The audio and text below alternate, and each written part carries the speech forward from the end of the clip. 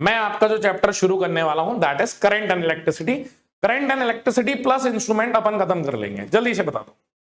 Current and electricity plus instrument अपन साथ में ही खत्म कर लेंगे। इसमें कई सारे क्वेश्चंस भी हैं। तो मैं ब्रेक मैं आपको जो दूंगा ना, वो आप ये मान लो कि जब अपना पहला ब्रेक जो रहेगा current and electricity plus capacitor वाला पार्ट, ये दो पार्ट जब अपने खत्म हो जाएंगे तब मैं आपको फर्स्ट ब्रेक देने वाला हूं। क्लियर है? तो आप भी आराम से ब्रेक ले लीजिएगा, कोई दिक्कत नहीं है। पर दो चैप्टर खत्म होने के बाद उसके बाद का ब्रेक भी मैं बता देता हूं, पूरी प्लानिंग के साथ आया हूं। ठीक है, उसके बाद का ही ब्रेक मैं आपको बता दूं। ठीक है, अभी पहले ये दो चैप्टर खत्म होंगे, उसके बाद आपको ब्रेक मिलेगा। ध्यान से सुनना। अब सबसे पहले बेटा हम किसकी बात करते हैं? इलेक्ट्रिक करंट की बात करते हैं। इलेक्ट्रिक करंट कहां मिलता है बेटा? कंडक्टर के अंदर में मिलता है। और कब मिलता है बेटा हमें? जब हमारे पास ये फ्री इलेक्ट्रॉन्स होते हैं। क्या होते हैं बेटा? फ्री इलेक्ट्रॉन्स मूव कर सकें। जैसे ये आई करंट जा रहा है ना, हाँ सर, तो जिस डायरेक्शन में हमारा आई करंट जाने वाला है ना, उसकी अपोजिट डायरेक्शन में क्या फ्लो करते हैं बेटा? इलेक्ट्रॉन्स। ठीक है, तो हम जो डायरेक्शन ऑफ करंट जो है ना बेटा, अगर करंट की बात की जाए तो करंट की पहली जो प्रायोरिटी आपको देनी है that is given to a tensor quantity. ठीक है, और दूसरी प्रायोरिटी आपको किस में देनी है बेटा? इसकी स्केलर क्वांटिटी में। स्केलर ये सिर्फ इस वजह से नहीं हुआ क्योंकि इसके पास डायरेक्शन नहीं है भाई, इसके पास तो डायरेक्शन है ही ना। इसके पास क्या है? डायरेक्शन तो है ही ना। ऐसा नहीं है इसके पास डायरेक्शन नहीं है। अब बस ये स्केलर इसलिए हो गया क्योंकि ये किसको ओबे नहीं करता है बच्चों? ये वेक्टर लॉ को नहीं मानता। ये कहता है कि भैया मैं तुम्हारे ये जो कानून है वेक्टर वाले उसे मैं नहीं मानने वाला हूं। पर ये क्वांटिटी कैसी है बेटा? ये स्केलर क्वांटिटी। डायरेक्शन है। डायरेक्शन दो तरीके से डिफाइन होती है। एक तो अपन ये कह सकते हैं डायरेक्शन इलेक्ट्रॉन के बेसिस पर डिफाइन की गई है। अगर इलेक्ट्रॉन को बोल रहे हो, इलेक्ट्रॉन्स कैसे होते हैं बेटा? नेगेटिवली चार्ज होते हैं। तो हम ये बोलते हैं इलेक्ट्रॉन्स जो मूव करते हैं current flow opposite to direction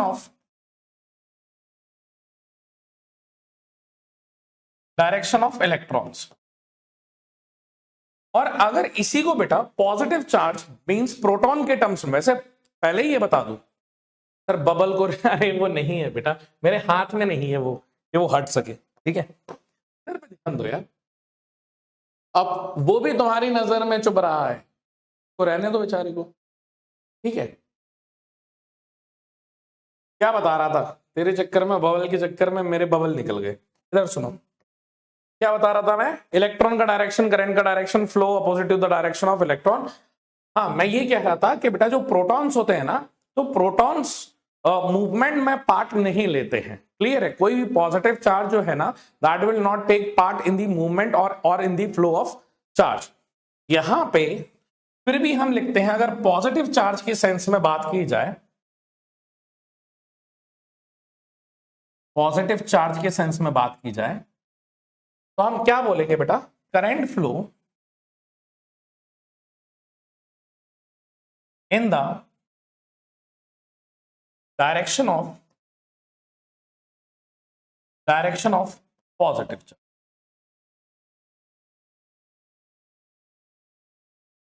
इसके डायरेक्शन बेटा पॉजिटिव चार्ज की डायरेक्शन में हम उसे मानते हैं। और अगर इलेक्ट्रॉन के बेसिस पे कहना है तो हम ये कहेंगे कि यार जिस डायरेक्शन में हमारा इलेक्ट्रॉन फ्लो हो रहा है उसकी अपोजिट डायरेक्शन में हमारा करंट फ्लो हो रहा होगा। ठीक है सर। अब यहां पे बेटा हमारे पास जो करंट होते हैं वो दो टाइप के करंट होते हैं। एक जो करंट होता है वो होता है हमारा इंस्टेंटेनियस करंट, और दूसरा जो करंट होता है वो हमारा होता है कौन सा करंट बेटा? Average current. तो जब भी हम लोग एवरेज करंट की बात करेंगे तो I average is equals to d Q by delta q by delta t के बराबर। वहीं पे अगर इंस्टेंटेनियस करंट की बात की जाएगी तो आई बेटा that is limit to zero, I की वैल्यू किसके बराबर होगी बेटा? D Q by D T के बराबर होगी। ठीक है, किसके बराबर? dq by dt। dq by dt का सर आपने जैसे ही लिखा ना, यहां पे मेरे दिमाग में ये बात आई कि dq by dt is a slope, that means slope of charge versus time gives instantaneous current। ठीक है, क्या gives current। क्या ये बात क्लियर है कि नहीं है? किस किस की स्लोप की बात कर रहा है बेटा? ये कह रहा है कि अगर हमारा चार्ज और टाइम के बीच में अगर स्लोप बना दे तो ये हमारा क्या देने वाला है? करंट देने वाला है। और यहीं पे अगर मैं ये बात कहूं, यहीं पे अगर बात करूं, डी2 उधर भेज दो तो dq इज इक्वल्स टू क्या बेटा, आई डी टी के बराबर हो जाएगा। ये किसके बराबर हो जाएगा? एरिया के बराबर। That means area of current versus time आपको क्या देने वाला है बेटा? चार्ज देने वाला है। तो अपन ये भी इधर से निकाल सकते हैं कि भैया चार्ज निकालना हो तो हमें चार्ज भी निकाल लेंगे, और यहीं पे अगर हमें क्या निकालना है बेटा, अगर यहीं पे हमें करंट निकालना है तो करंट की वैल्यू भी हम निकाल सकते हैं। क्या इतनी बात क्लियर है कि नहीं है? हाँ सर, हाँ वो इसी की वजह से आ जाता है, वो कई बार ये वाला इस्तेमाल कर लेते हैं ना, उसकी वजह। अन्य वो तो कोई भी चीज कोई ना कोई चीज तो करेगी। Current is a fundamental quantity. बेटा कैसी है, अगर आपको याद हो तो हमारे पास 7 फंडामेंटल क्वांटिटीज है। तो 7 फंडामेंटल क्वांटिटीज में करंट एक है, जिसकी डायमेंशन ए की पावर क्या होती है बेटा? 1 होती है। कैसी क्वांटिटी है? ये स्केलर क्वांटिटी रहती है, और इसकी एसआई यूनिट जो है बेटा दैट इज एम्पियर। ठीक है, एम्पियर को अगर डिफाइन करना हो तो एम्पियर का क्या करेंगे बेटा? The current through any conductor is said to be 1 ampere if 1 coulomb of charge is flowing per second through it through a cross section of a wire. मतलब 1 एम्पियर करंट बेटा जब उसमें से फ्लो कर रहा होगा तब हम उसको क्या कहेंगे बेटा? 1 एम्पियर। कितना चार्ज? 1 coulomb of charge. क्या इतनी बात क्लियर है? हाँ। अब जैसे यहां पे बेटा करंट का डायरेक्शन ऑफ फ्लो की बात जो मैंने पहले करी थी वो यहां पे भी आपको समझा रहा हूं। Conventionally the direction of flow of current from positive to negative. इधर पे देखो बेटा, अगर मैं पॉजिटिव चार्ज की बात कर रहा हूं तो करंट की डायरेक्शन क्या रहेगी बेटा? Same as that of positive charge. अगर मैं इलेक्ट्रॉन की बात करूंगा तो इलेक्ट्रॉन कहां जा रहे हैं बेटा? इधर जा रहे हैं, और करंट जो जाएगा वो इधर जाएगा। करंट जो फ्लो करेगा बेटा वो पॉजिटिव टर्मिनल से नेगेटिव जाएगा, और वहीं पे जो इलेक्ट्रॉन फ्लो करेंगे बेटा वो नेगेटिव टर्मिनल से कहां फ्लो कर रहे होंगे? पॉजिटिव टर्मिनल की तरफ कर रहे होंगे। क्या ये वाली बात क्लियर है? यहीं पे बेटा अगर मैं करंट डेंसिटी की बात करूं तो करंट डेंसिटी क्या होता है बेटा? हमारे पास एक वेक्टर फॉर्म ऑफ करंट है। कैसा है बेटा? वेक्टर फॉर्म ऑफ करंट है। इसका वेक्टर फॉर्म में अभी आपको आगे लिखवाऊंगा। Current density J is a vector quantity. कैसी क्वांटिटी है बेटा? ये वेक्टर क्वांटिटी है। डायरेक्शन इसका सेम कैसा रहेगा बेटा? जिस डायरेक्शन में इलेक्ट्रिक फील्ड है। इस SI unit is ampere per metre square. बेटा इसकी क्या आ जाती है? यूनिट आ जाती है, और इसकी जो डायमेंशन आती है दैट इज L-2, और यहां पे क्या आ जाएगा बेटा? एम्पियर के बराबर इसकी वैल्यू आ जाएगी। कोई करंट डेंसिटी का फॉर्मूला बता सकता है कि क्या होगा करंट डेंसिटी का फॉर्मूला? जल्दी से बताओ। कोई करंट डेंसिटी का बेटा यहां पे फॉर्मूला बता सकता है कि करंट डेंसिटी का क्या फॉर्मूला आ रहा होगा जो आप देख नहीं पा रहे हो? जल्दी से बताओ यार, एक भी बच्चा नहीं है। जल्दी, यहां पे लिखा भी हुआ है यूनिट वाइज। तो स्मॉल करंट की वैल्यू बेटा बात कर रहा है that is equals to d I current upon d A के बराबर होगा। अभी ये स्मॉल करंट की बात कर रहे हैं अपन। क्लियर है कि नहीं है? हाँ, आई बाई ए बिल्कुल सही। जहां पे जे वेक्टर इज इक्वल्स टू किसके बराबर है? आई बाई ए। उसको अपन इलेक्ट्रिक फील्ड में बाद में देख लेंगे। बस ये याद रखना बेटा, यहाँ पे जो करंट डेंसिटी जे है that is inversely proportional to area. ये काफी इंपॉर्टेंट चीज निकल करके आती है। मेन प्री पाथ बेटा ये छोटी छोटी डेफिनेशन है बेटा। दो सक्सेसिव कोलिजन के बीच में एक इलेक्ट्रॉन जितना डिस्टेंस ट्रेवल करता है उसको अपन क्या बोलते हैं? Lambda. That is mean pre path total distance travelled upon number of collision के बराबर होता है। टाउ क्या होता है बेटा? Tau is the relaxation time, the time gap between two successive collision divided by number of electrons को हम क्या बोलते हैं बेटा? हमारे पास रिलैक्सेशन टाइम कहलाता है। ठीक है सर। अब यहीं पे बेटा अगर ड्रिफ्ट वेलोसिटी का फॉर्मूला देखें तो drift velocity is equals to acceleration into relaxation time. Acceleration का फॉर्मूला फोर्स अपॉन मास, और फोर्स की वैल्यू क्या होती है बेटा? क्यू ई अपॉन छोटा ई। यहां बहुत काम आने वाला है, ध्यान से सुनो। F by M into tau, force को क्या बोला? Small e into capital E by tau by m. अब यहां कुछ चीजें देख लो कि ड्रिफ्ट वेलोसिटी जो है बेटा that is directly proportional to electric field. ये याद रहेगा आपको। जल्दी से ये बताओ, इलेक्ट्रिक फील्ड के बराबर होती है। इलेक्ट्रिक फील्ड का फॉर्मूला क्या बेटा? V इंटू डी के बराबर भी होता है। V क्या है? पोटेंशियल। V इंटू डी के बराबर होता है। तो क्या यहां पे एक और चीज लिख सकता हूं कि drift velocity is directly proportional to potential also. अगर इन दोनों के बीच में ग्राफ बनेगा तो ग्राफ कैसा बनेगा? क्या ये आप मुझे बता सकते हो? जल्दी से ही बताओ। इन दोनों के बीच में बेटा अगर ग्राफ बनेगा तो कैसा बनेगा? क्या आप ये बता सकते हो? हाँ सर, इसके बीच में जो ग्राफ बनने वाला है that is also straight line, और इसके बीच में जो ग्राफ बनेगा that is also straight line. याद ये सारी चीजें करते हैं, पर आप ये वाली चीजें जो है बेटा जो सबसे इंपॉर्टेंट है ये आप भूल जाते हो। अभी मैं दिखाऊंगा। क्या बेटा? करंट का फॉर्मूला क्या है? NEVDA। ठीक है, जहां पे VDENA से याद कर लो बेटा, ये ज्यादा बेटर है। जल्दी से ही बताओ बेटा, इतना है, ये याद हो जाएगा। हाँ, अब जल्दी से आप ये पॉइंट्स पढ़ लो। अब मैंने जल्दी से एक बार ये पॉइंट्स पढ़ो, फिर मैं आपको आगे बात बता रहा हूं। मैं जरा बस पानी पी लूं। जल्दी से ये वाला पॉइंट बताओ बेटा, एक बार ये पॉइंट्स को क्या खास मिला इस पॉइंट में, आप जरा बता सकते हो? आपको इसमें क्या खास चीज लिखी? हाँ, कौन सा?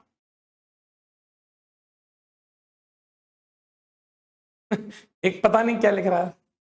हाँ, इधर पे ध्यान से सुनना बेटा, करंट डेंसिटी के बीच में एक रिलेशनशिप लिखा हुआ है, ध्यान से सुनो। I is same along the wire. बेटा करंट जो है वो पूरे रास्ते में अगर सेम है, कांस्टेंट है, current density, electric field strength, drift velocity are inversely proportional to area. बहुत शानदार चीज है।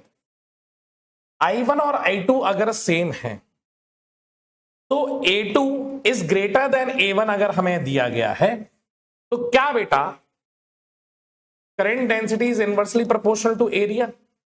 हाँ सर, अगर A1 छोटा है, A2 बड़ा है, that means current density of 1 will be greater than current density of 2। हाँ सर, सेम बात अभी मैं इलेक्ट्रिक फील्ड के टर्म्स में दिखाऊंगा बेटा, पर आप अभी ये देख लो, इसकी करंट डेंसिटी ज्यादा, उसकी इलेक्ट्रिक फील्ड ज्यादा, क्योंकि J का फॉर्मूला बेटा सिग्मा इंटू ई के बराबर होता है। They both are directly proportional, that means E1 की वैल्यू बड़ी होगी किससे बेटा? E2 से। अभी हाल ही मैंने क्या लिखा है लास्ट स्लाइड में? Formula of E। Formula of E में क्या दिक्कत है? V इंटू डी है ना, उसमें क्या दिक्कत है? फॉर्मूला ऑफ E में क्या दिक्कत है बेटा? Potential into distance.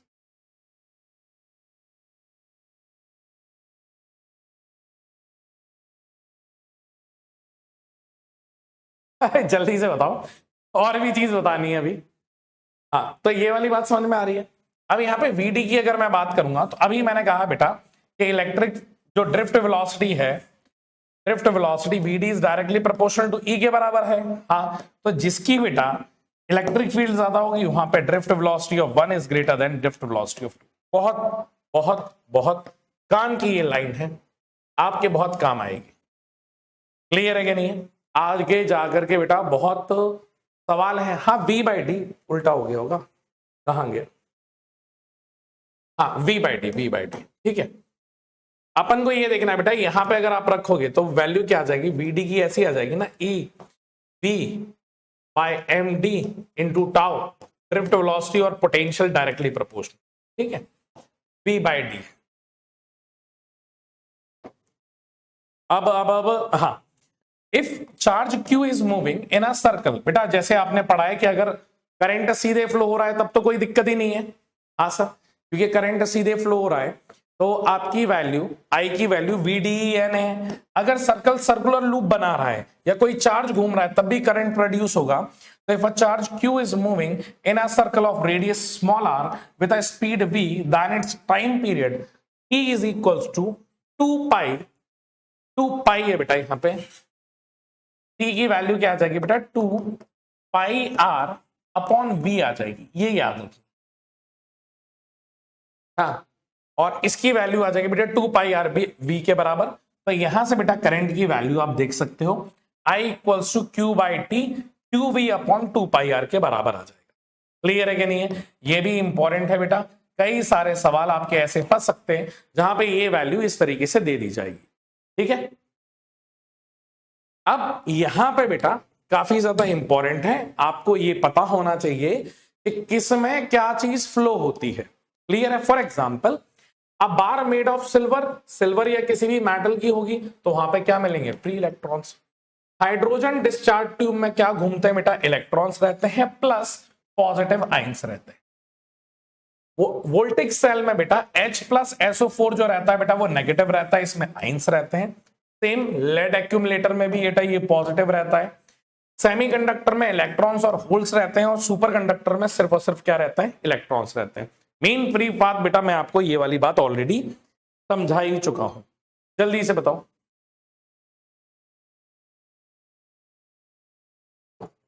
ये वाली बात क्लियर है ना? What will be the number of electrons, बेटा नंबर ऑफ इलेक्ट्रॉन्स बताने, passing through a heater wire in 1 minute if carrying a current displacement of carrying a current of 8 ampere. बेटा carrying a current of 8 ampere लिखा हुआ है, जल्दी से बताओ क्या वैल्यू आ रही है? बेटा करंट की वैल्यू है, नंबर ऑफ इलेक्ट्रॉन्स बताने हैं, ये कैरिंग अ करंट लिखा हुआ है, करंट ऑफ 8 एम्पियर। तो हमें क्या बताना है? एन की वैल्यू बतानी है, एन कितना होगा निकाल के बताइए, क्या वैल्यू आ रही है?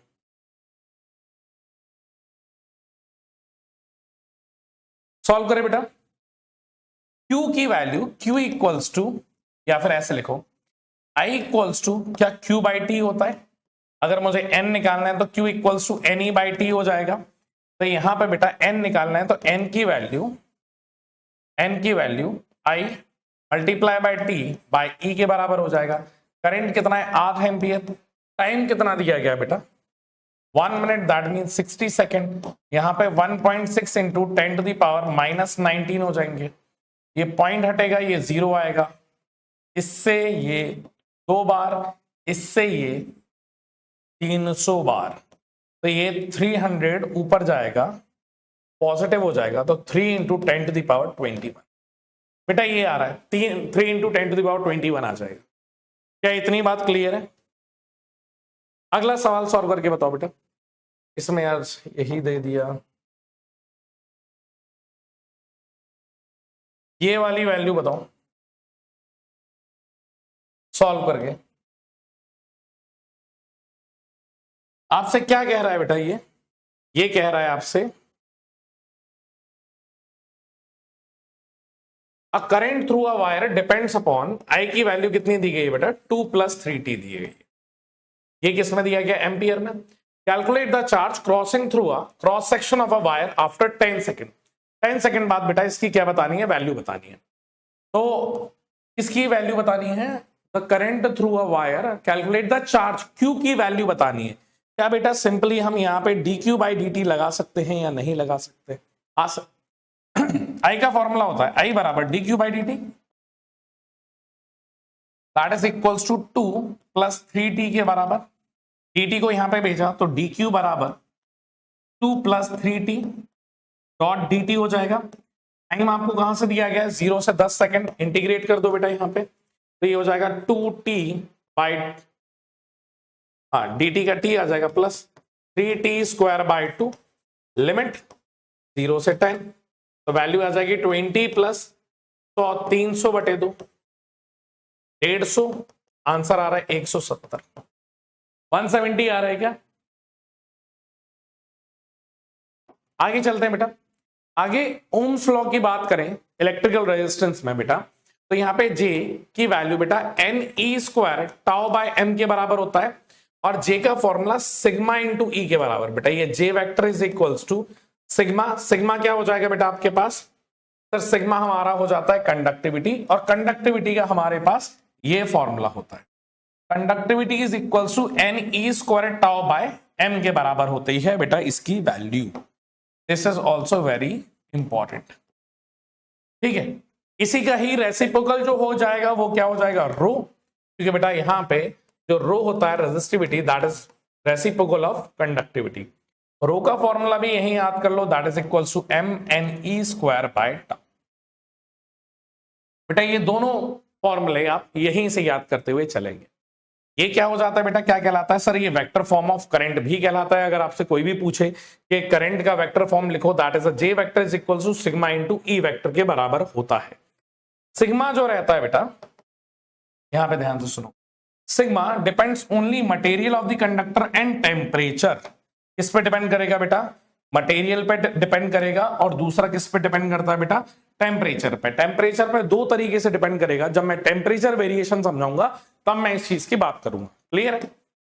एक रिलैक्सेशन टाइम। अब ओम्स लॉ की बात करें तो बेटा अभी आपने सीखा कि J is equal to sigma into ई।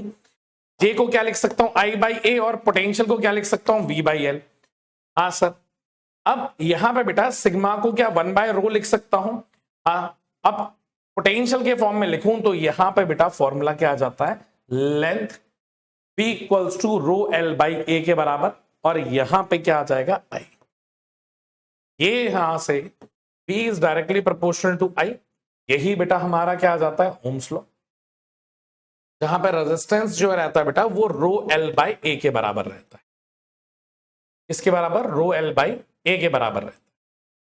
हमारा जो रेजिस्टेंस रहता है that is directly proportional to length, and resistance is inversely proportional to 1 by area, inverse of area.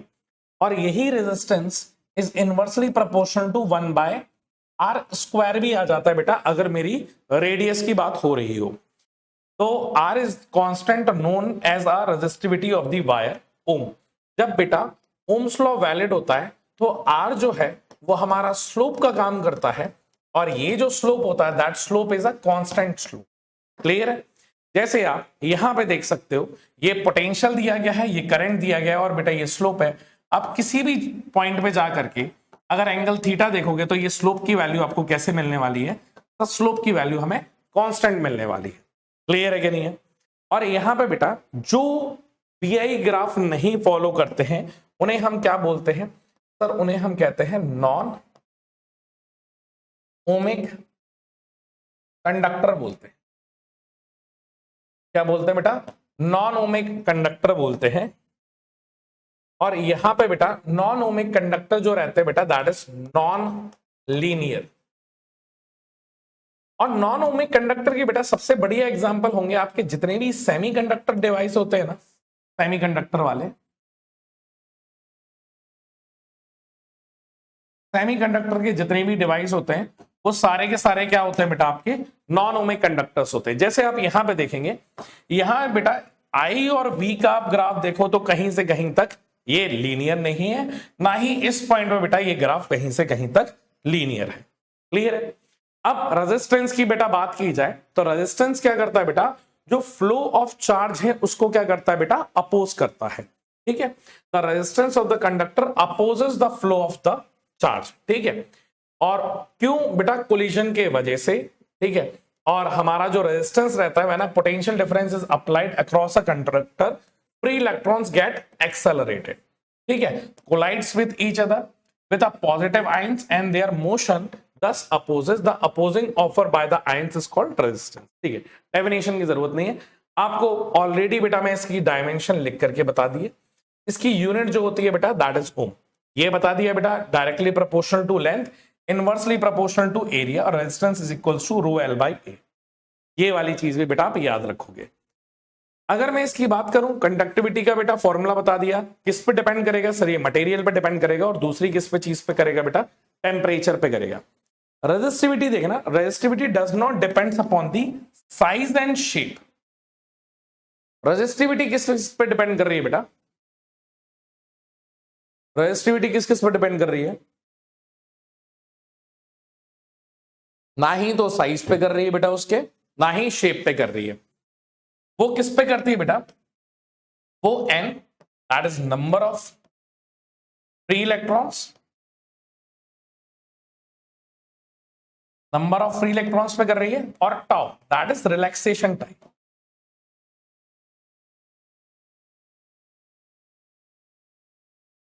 Relaxation time पे कर रही है। ये दो चीजें हैं बेटा जिसपे इसकी कंडक्टिविटी डिपेंड कर रही है, because it is the characteristics property of a conducting of a material. तो हम बोल सकते हैं ये दोनों ही चीजें किसकी प्रॉपर्टी कहलाएंगी बेटा? एक मटेरियल की प्रॉपर्टी कहलाएगी। क्लियर है? अगला यहां पे बेटा मोबिलिटी आ जाती है। मोबिलिटी मतलब कोई भी आपका इलेक्ट्रॉन किसी कंडक्टर के अंदर कितना फ्री है मूव करने के लिए, जहां पे म्यू का formula that is bd by E के बराबर होती है। क्लियर है? अब बेटा जैसे अगर bd की बात करूं तो ड्रिफ्ट वेलोसिटी की टर्म्स में ये वाला फॉर्मूला और ये वाले फॉर्मूले बेटा आप डायरेक्ट याद करोगे, आपकी बहुत काम आने वाला है। आइए मैं 2-3 सवाल इसके इतने अच्छे दिखाने वाला हूं आपको, जहां पे मोबिलिटी का ही सवाल आपको दिखने वाला है। क्लियर है कि नहीं है? हाँ सर। अब बेटा टेम्परेचर वेरिएशन अगर देखें, जैसा कि मैंने अभी ये कहा था कि हमारी जो रेजिस्टिविटी रहती है same as resistance, because resistance resistivity पे डिपेंड कर रही है। तो ये दोनों चीजें का जो फॉर्मूला रहता है वो एग्जैक्टली सेम रहता है, that is resistivity at some temperature T that is equals to initial resistance plus 1 plus alpha T minus T naught. ठीक है, ये इसके बराबर होता है। और यहां पे अगर आप ध्यान से देखो तो यहां पे बेटा जो अल्फा रहता है, अल्फा माना क्या होता है बेटा? लीनियर या थर्मल एक्सपेंशन आप लिख सकते हो। अल्फा क्या आ जाएगा बेटा आपका? थर्मल एक्सपेंशन के बराबर हो जाएगा। ठीक है, अब यहां पे बेटा नीट 2020 में सिर्फ डायग्राम पूछा गया था। ये रेजिस्टिविटी का वायर है, किसका बेटा? कॉपर का। ये बड़ा बड़ा लिखो, ये कॉपर का बनेगा ऐसा डायग्राम। क्योंकि यहां पे बेटा डायग्राम आपको डायरेक्ट मिले हैं जो आपको याद करना है, ये फैक्चुअल बेस्ड क्वेश्चन है, ये आप डायरेक्ट ऐसे ही याद करके जाएंगे।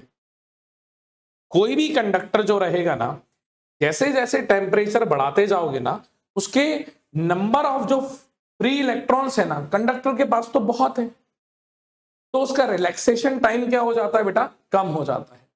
अगर उसका रिलैक्सेशन टाइम क्या हो जाएगा बेटा? कम हो जाएगा, तो रो की वैल्यू क्या हो जाएगी? इंक्रीज हो जाएगी। कोई भी कंडक्टर के लिए ये ग्राफ। यहां पे जो बात हो रही है बेटा रेजिस्टिविटी, नाइक्रोम। नाइक्रोम क्या है आप बता सकते हो? हाँ सर, नाइक्रोम जो होता है सर वो तो हमारा एक अलॉय है। तो जहां पे बेटा हमें हाई टेम्परेचर का इस्तेमाल करना होता है, ज्यादा जहां पे हमारा टेम्परेचर होता है, क्या जितने भी हम अलॉयज की बात की जाए, क्लियर है कि नहीं है? अलॉयज की बात की जाए तो अलॉयज में बेटा ज्यादा वेरिएशन नहीं देखा जाता है। आप ये खुद देखो, यहां से रेजिस्टिविटी शुरू हुई और यहां पे खत्म हो गई है। ये आता है सेमीकंडक्टर का। सेमीकंडक्टर का इनवर्स ग्राफ रहता है। क्यों? क्योंकि सेमीकंडक्टर में बेटा टेम्परेचर इंक्रीज करने पे रिलैक्सेशन टाइम पे इतना फर्क नहीं पड़ेगा। वहां पे क्या है? वहां पे हमारे पास नंबर ऑफ फ्री इलेक्ट्रॉन्स जो रहते हैं वो बढ़ जाते हैं। अगर नंबर ऑफ फ्री इलेक्ट्रॉन्स हमारे बढ़ जाएंगे तो हमारी रेजिस्टिविटी जो रहती है बेटा वो क्या कर जाएगी? डिक्रीज कर जाएगी। क्लियर है इतना? तीनों ग्राफ भैया दांत मत दिखाते रहो, बातें कर रहे हैं यहां पे, कर लेना, बहुत मौका मिलेगा। पढ़ लो भैया, पढ़ लो। इतने टाइम तक नहीं पढ़ा, आप तो पढ़ लो यार। ठीक है, कह ही सकते हैं और कुछ तो नहीं करेंगे, कह ही सकते हैं, पर बेटा पढ़ना जरूरी है। अभी तो पढ़ लो कम से कम।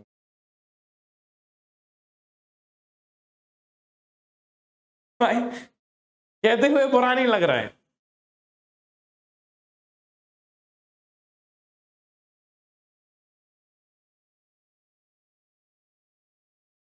और बताओ क्या चल रहा है जीवन में, जरा पानी वानी पी लें। बेटा बबल वो नहीं हटने वाला है, वो वैसा ही रहेगा, ठीक है। दाग अच्छे हैं, उसको वैसा ही रहने दो। और बताओ,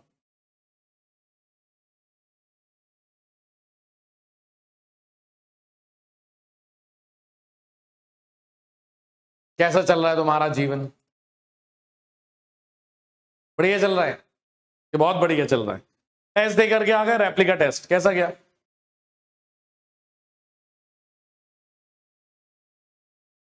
एक बच्चा कह रहा है सर आपको ऐसे कमेंट देख करके गुस्सा, बेटा गुस्सा नहीं दया आती है। गुस्सा इज अ डिफरेंट वेक्टर, यहां पे हमें दया आती है। ठीक है। यहां पे हमें अफसोस होता है।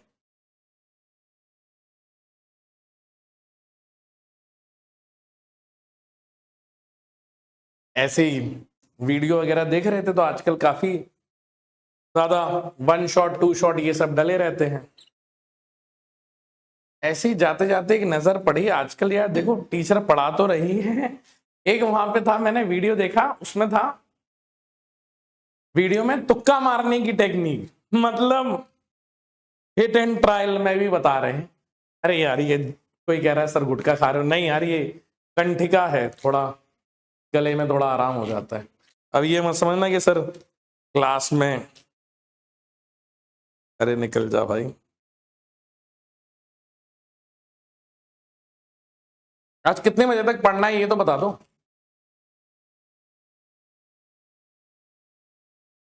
कितने बजे तक पढ़ना है?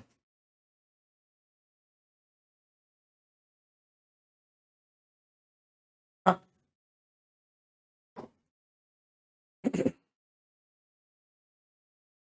तो यहां पे देखो क्या बता रहा था मैं। अब ये वाला सेशन खत्म करते हैं।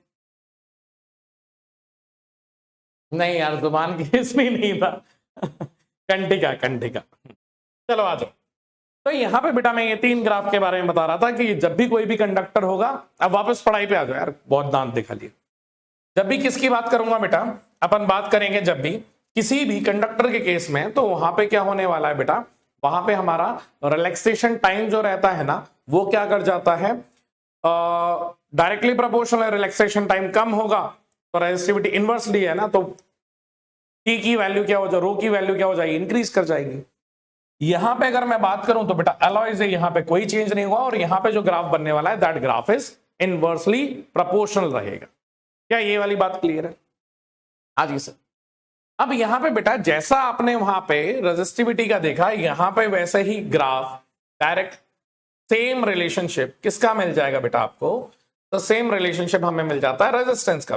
Are of T is equals to R naught bracket में 1 प्लस अल्फा डेल्टा टी के बराबर आ जाएगा। ये किसका आ जाएगा बेटा, हमारे रेजिस्टेंस का आ जाएगा। ध्यान से सुनना, ठीक है। फॉर मेटल ए इज, मतलब अल्फा की वैल्यू बात हो रही है, alpha is positive. For semiconductor and insulator alpha क्या आ जाता है बेटा, हमारा नेगेटिव आ जाता है। क्लियर है कि नहीं है? हाँ सर।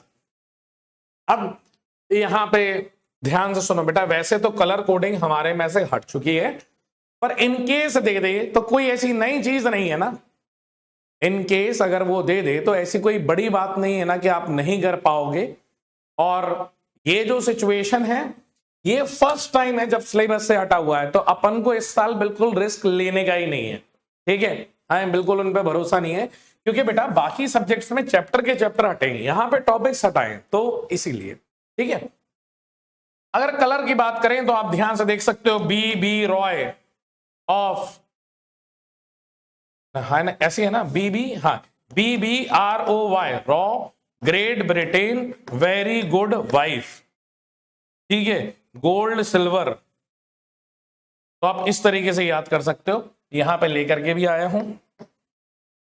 कहां गए बीबी रॉय, ये क्या क्या लिख दिया है? हाँ ये नीचे है ना इसका, बेटा ये इसके नीचे है, आप डाउनलोड करोगे तो आपको मिल जाएगा, B B Roy of Great Britain very good wife, ठीक है। यहां पे आ जाएगा B B Roy of Great Britain very good wife, W तक आ गया।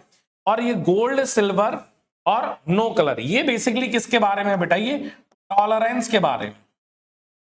इसके बारे में बेटा ये टॉलरेंस के बारे में, बाकी कलर कोडिंग रहती है। कलर कोडिंग में मैं आपको एक बार बस 2 मिनट लगेगा, मैं समझा देता हूं। जैसे मान लो ये आपका रजिस्टर दिया गया है बेटा, तो यहां पे जो पहला कलर होगा ना, ये जो पहला वाला होगा कलर, ये पहला वाला जो डब्बा होगा ना, फर्स्ट वाला, वो आपका क्या होगा बेटा, वो नंबर होगा। दूसरा वाला जो होगा वो क्या हो जाएगा, वो भी आपका ही नंबर होगा। थर्ड वाला जो हो जाएगा बेटा, दैट इज अ मल्टीप्लायर। और लास्ट वाला जो होगा बेटा, दैट इज टॉलरेंस।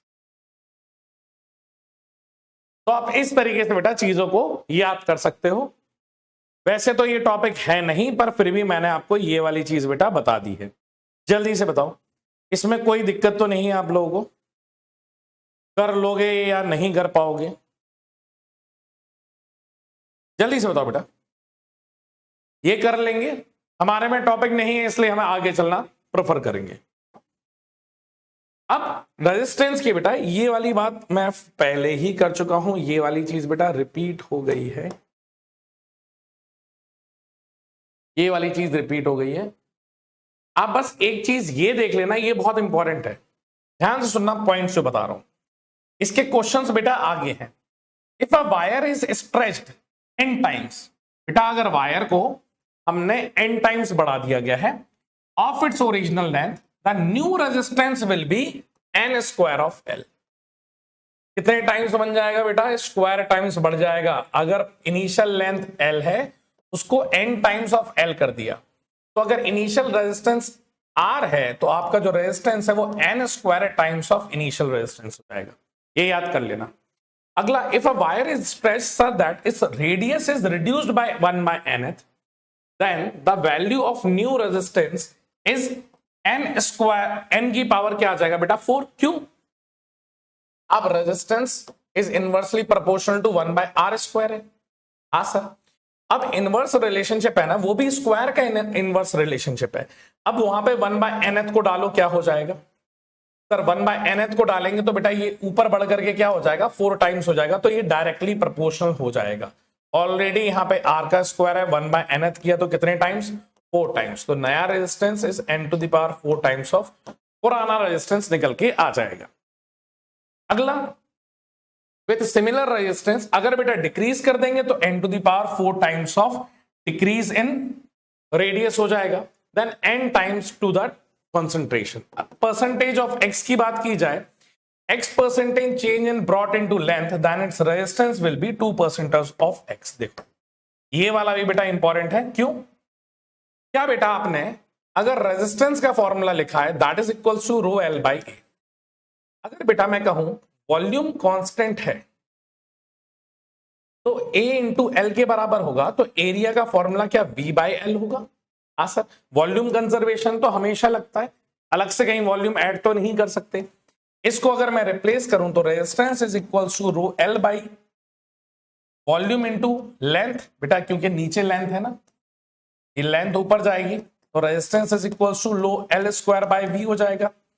अब ये दोनों अगर कांस्टेंट है, इसके लिए बेटा डेल्टा r/r इंटू 100 फैक्टर देखूं तो ये क्या 2 times of delta l/l into 100 होगा। हाँ सर, अगर इसमें परसेंटेज चेंज x है तो इसमें कितना होगा? 2 टाइम्स ऑफ x होगा। अरे देख रहे हो या मैं अपने मन से करता जा रहा हूं? जल्दी से ये बताओ। हाँ, तो ये वाली बात बेटा आप अच्छे से याद रखना, ये और इंपॉर्टेंट है थ्योरेटिकल पॉइंट ऑफ व्यू से। बेटा ये क्या लिखा हुआ है? ये हीटिंग लिखा हुआ है।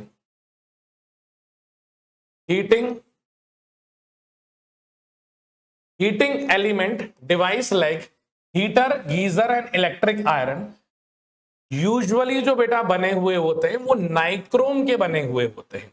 अगर कभी भी मैचिंग आए, क्यों बने होते हैं?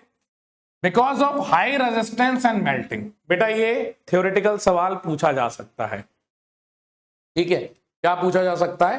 थ्योरेटिकल सवाल आपसे ये पूछा जा सकता है कि नाइक्रोम के क्यों? क्योंकि नाइक्रोम का हाई रेजिस्टेंस हाई मेल्टिंग होता है, ठीक है?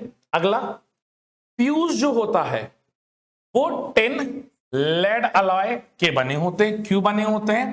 Because of low melting and high resistivity. बेटा ऐसे थ्योरेटिकल सवाल आते हैं, सुन लो, वरना फिर एक दूसरे का मुंह खोल के देखते जाओगे कि कोई तो आंसर बता दे। देख लो, यही थ्योरी है। अगला, fuse is used in series. आपको पता होना चाहिए फ्यूज हमेशा कहां यूज होता है बेटा? सीरीज में यूज होता है। Melt to result in open circuit when current exceed a safety limit. ठीक है। Resistance box are made up of manganin and constantan because they have moderate resistance and very small temperature coefficient. Clear? Filament of the bulb is made up of tungsten. बेटा filament bulb का किसका बना रहता है? Tungsten का बना रहता है। क्यों बना रहता है? Because of low resistivity and high melting point. बस ये बेटा इतना थ्योरेटिकल पार्ट कर लेना बहुत ज्यादा इंपॉर्टेंट है। इतना कर लोगे, इतना कर लोगे बेटा। हाँ, अगला सवाल। अब यहां पे बेटा अगर कॉम्बिनेशन की बात की जाए, ध्यान से सुनो, यहां पे पैरेलल सीरीज और सब चीजें आने वाली है। अगर मैं बात करूं यहां पे किसकी बेटा, ये कौन सा कॉम्बिनेशन है सर? ये सीरीज कॉम्बिनेशन है। सीरीज में resistance R equivalent is R1 plus R2 plus R3। Series में क्या डिफरेंट होता है? पोटेंशियल डिफरेंट होता है। क्या सेम होता है? करंट फ्लो सेम होता है। अगर करंट फ्लो सेम होता है दैट मींस चार्ज फ्लो भी सेम है।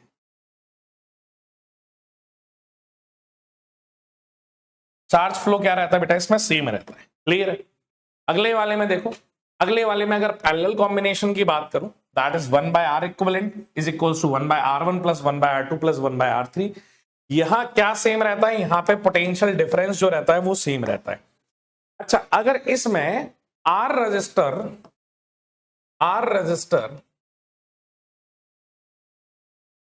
Of equal resistance, R resistor of equal resistance लगा दूं तो आर इक्वलेंट की वैल्यू क्या हो जाएगी बेटा? एन आर के बराबर हो जाएगी। एन आर को थोड़ा प्यार से देखो, तो इसका मतलब यह है कि मेरा इक्वलेंट रेजिस्टेंस मेरे इंडिविजुअल रेजिस्टेंस से ज्यादा आएगा। मेरा इक्विवेलेंट रेजिस्टेंस मेरे इंडिविजुअल रेजिस्टेंस से क्या आने वाला है बेटा? ज्यादा आने वाला है। वहीं पे अगर मैं यहां पे ध्यान से देखूं, यहां पे बेटा पोटेंशियल जो रहता है that is same, current will be different. यहां पे अगर मेरे पास आर रेजिस्टेंस, ठीक है, n resistance of equal resistance and resistor, क्या लिखा हूं यार, एक तो तुम्हें देख के अंग्रेजी भूल जाता हूं तुम्हारी शक्ल ही ऐसी हिंदी निकलने लगती है। ठीक है, क्या लिखने वाला था? N resistor of equal resistance in parallel. तो यहां पे आर इक्वलेंट की जो वैल्यू आती है that is equals to R by n के बराबर। ये वैल्यू आ जाती है बेटा। क्लियर है कि नहीं है? कि यहां पे आर इक्वलेंट की वैल्यू आर बाय एन। अब इसे प्यार से देखो, दैट मींस कि इक्वल रेजिस्टेंस मेरे इंडिविजुअल रेजिस्टेंस से क्या आने वाला है बेटा? रिजल्ट कम आने वाला है। और यहीं पे अगर दो रेजिस्टेंस है तो आर इक्वलेंट की value R1 into R2 whole divided by R1 plus R2 के बराबर आ जाएगी। ठीक है सर, तो यहां पे I की वैल्यू I1 बराबर V बाय R1, I2 और यहां पे R इक्वलेंट आप निकाल ही लेंगे। शानदार, बहुत बढ़िया। अब ये बेटा मिक्स ग्रुपिंग मतलब अलग अलग टाइप के क्वेश्चन है। ये पहला वाला सवाल सब एक साथ चलते जाएंगे, जल्दी से ये वाला करके बता दो। ये पॉइंट ए है, ये पॉइंट बी है, इसका इक्विवेलेंट बता दो क्या होगा जल्दी से।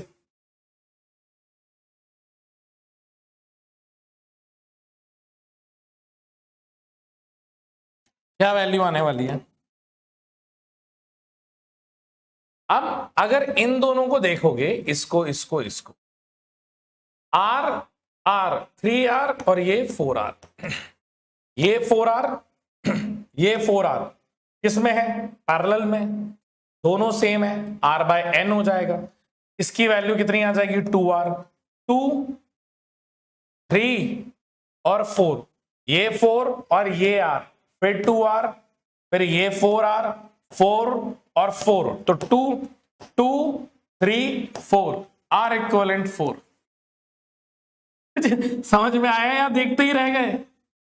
हाँ, अरे बहुत बहुत बढ़िया है यार, ये तो सब शक्ल कैसी भी हो, दिमाग बहुत सुंदर दिया है। हाँ, ये तो बात कहना पड़ेगा, शक्ल चाहे कैसी भी हो, दिमाग और दिल, ये दो चीजें सुंदर दी है। हाँ, अगली बात बेटा, मिक्स ग्रुपिंग में एक लैडर प्रॉब्लम करवाना चाहूंगा मैं, that is quite popular. Ladder problem देख, ठीक है। लैडर प्रॉब्लम इसलिए क्योंकि इसमें क्वाड्रेटिक इक्वेशन बन जाती है।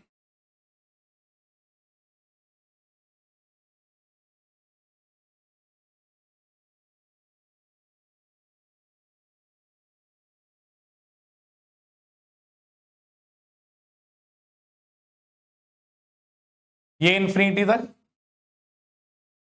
ये इंफिनिटी, बेटा यहां पे आर है, यहां पे भी आर है, ये भी आर है। ये लैडर प्रॉब्लम है जहां पे ये इनफाइनाइट तक जाता है। एक बार ये करने का तरीका देखना, ठीक है, ऐसे कई बार पूछा गया है। अब यहां पे बेटा हमारे पास जो इक्विवेलेंट रेजिस्टेंस है उसकी वैल्यू क्या आ जाएगी? अगर यहां पे लिख सकता हूं, लेट आर इक्विवेलेंट पी। अब यहां पे बेटा आपको क्या रिपीटिंग यूनिट देखनी पड़ती है, और जिस रिपीटिंग यूनिट को हम लोग क्या बोलते हैं? पैरेंट चेन बोलते हैं। तो रिपीटिंग यूनिट कौन सी है? अगर आप देखो तो ये फिर से रिपीट हो रही है, ये फिर से रिपीट हो रही है बेटा, इस तरीके से यह बात यह बनेगा। मतलब ये जो चेन आप देख रहे हो ना, ये वाली इतनी चेन आपकी रिपीटिंग यूनिट है। मतलब इस पेरेंट चेन को छोड़ करके इसका इक्विवेलेंट को क्या मैं x मान सकता हूं? मतलब आपका अगला जो पॉइंट आएगा, this is A, this is B, this is A, तो यहां पे वैल्यू R, यहां पे वैल्यू R, और यहां पे वैल्यू भी क्या आ जाएगी? R। तो ये R और ये R। इसके पहले का बेटा आपने लिखा है ना कि सबका इक्विवेलेंट x है। जैसे जैसे तुम्हें प्यार करने वाले 1000 लोग हैं, 1000 लोग में से एक आध कोई कम हो जाए तो कोई दिक्कत थोड़ी है। हाँ सर, कोई दिक्कत नहीं है, क्योंकि 999 बचे हैं। पर तुम्हें तो कोई एक भी नहीं कर रहा ना। मान लो, तभी तो मैंने स्टार्टिंग में बोला कि मान लो, सेम यहां पे मान लो बेटा, इनफाइनाइट नंबर ऑफ चेन है, उसमें से अगर एक हटा भी दोगे तो दर्द नहीं होना चाहिए। नहीं हो रहा है सर, ये दोनों आपस में कैसे हैं? पैरेलल है। सॉल्व कर दो, सॉल्व करने में क्या आ जाएगा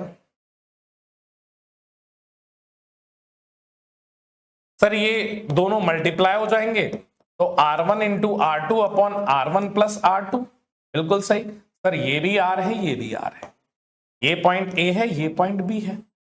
अब ये सीरीज में आ गए तो R इक्विवेलेंट की वैल्यू कितनी आ जाएगी sir? R plus R1 into R2 upon R1 plus R2 plus R। R equivalent क्या माना है? X, रिप्लेस कर दो, X बराबर 2R plus RX upon R plus X। LCM ले लो, X बराबर 2R ब्रैकेट में R plus X plus RX whole divided by R plus X। बेटा ये इधर चला जाएगा, मल्टीप्लाई कर दो तो ये हो जाएगा RX प्लस एक्स स्क्वायर बराबर 2R square plus 2RX plus RX। ठीक है सर, एक RX से बेटा एक RX गुजर गए, इसको यहां लेके आओ तो X square minus 2RX square minus 2RX minus 2R square that is equals to 0। Answer आ गया क्या आपका? नहीं पता था, ठीक है, इधर देख लो, इधर देख लो। तो क्या बेटा ये क्वाड्रेटिक इक्वेशन बन गई? हाँ सर, श्रीधराचार्य वाली। तो यहाँ पे श्रीधराचार्य जी कहते हैं ए की वैल्यू यहाँ पे 1 है, बी की वैल्यू बेटा साइन के साथ लिखना, दैट इज माइनस का 2r, सी की वैल्यू इज माइनस का 2r स्क्वायर के बराबर। हाँ सर, ये वैल्यू आ जाएगी, 2r स्क्वायर ही आएगा ना। हाँ। तो यहां पे बेटा ए बी सी की वैल्यू x बराबर minus B plus minus under root of B square minus 4ac upon 2a के बराबर हो जाएगा। क्लियर है क्या बेटा? अब इसको सॉल्व कर लोगे आप लोग, बस एक दिखाना चाह रहा था। आगे क्वेश्चंस और भी हैं, आप परेशान ना हो, आगे क्वेश्चंस और भी हैं। क्लियर है? अभी ये वाले आगे लेटर प्रॉब्लम का है, मैं बस बताना चाह रहा था कि एक आपके दिमाग में आ जाए कि ऐसी क्वाड्रेटिक बनेगी। ठीक है, जल्दी से ये सिमेट्रिक प्रॉब्लम, इसका आर इक्विवेलेंट निकाल के बताओ, जल्दी से निकाल के बताओ इसका क्या आ रहा है। सिमेट्रिक प्रॉब्लम है बेटा, जल्दी से बताओ वैल्यू क्या आ रही है। 1 प्लस रूट 3r बिल्कुल सही है,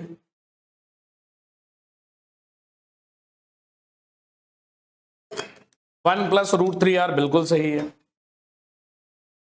ये वाली सिमेट्रिक प्रॉब्लम में बताओ बेटा जल्दी से,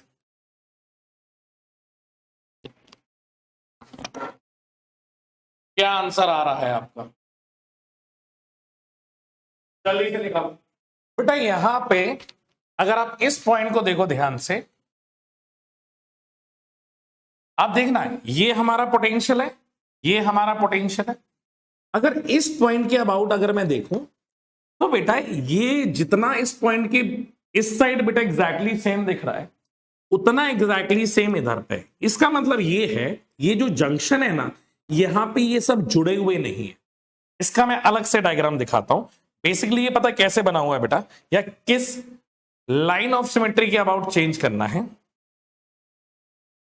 तो यहां से एक स्ट्रेट, एक ये रजिस्टर हो गया, फिर एक ये रजिस्टर हो जाएगा, ये पॉइंट बी है, ये पॉइंट क्या हो जाएगा ए।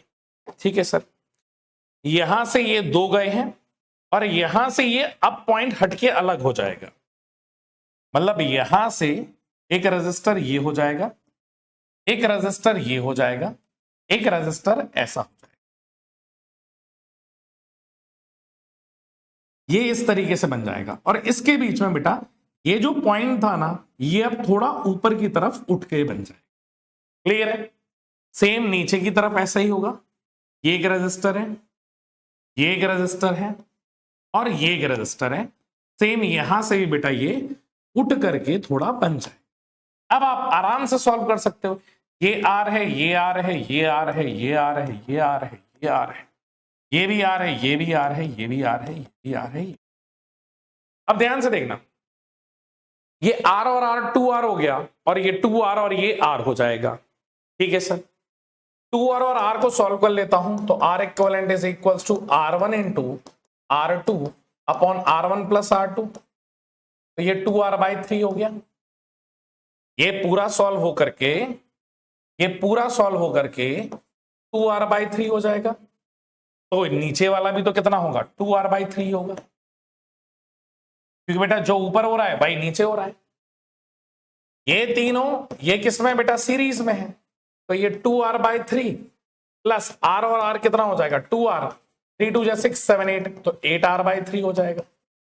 जो ऊपर 8r/3 होगा तो नीचे भी तो 8r/3 हो जाएगा ना। तो ये कुछ ऐसा बन जाएगा,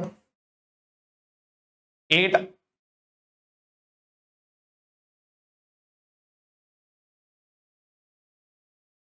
ये कुछ ऐसा बन जाएगा बेटा। यहां से ये पॉइंट हो गया ए, ये पॉइंट हो गया बी, ये हो जाएगा 8r/3, ये हो जाएगा 8r/3 और ये कितना हो जाएगा बेटा, 2r के बराबर हो गया। ये दोनों r और r कितना हो जाएगा, 2r। अब निकाल लो 1/r इक्विवेलेंट, क्योंकि पैरेलल है बेटा।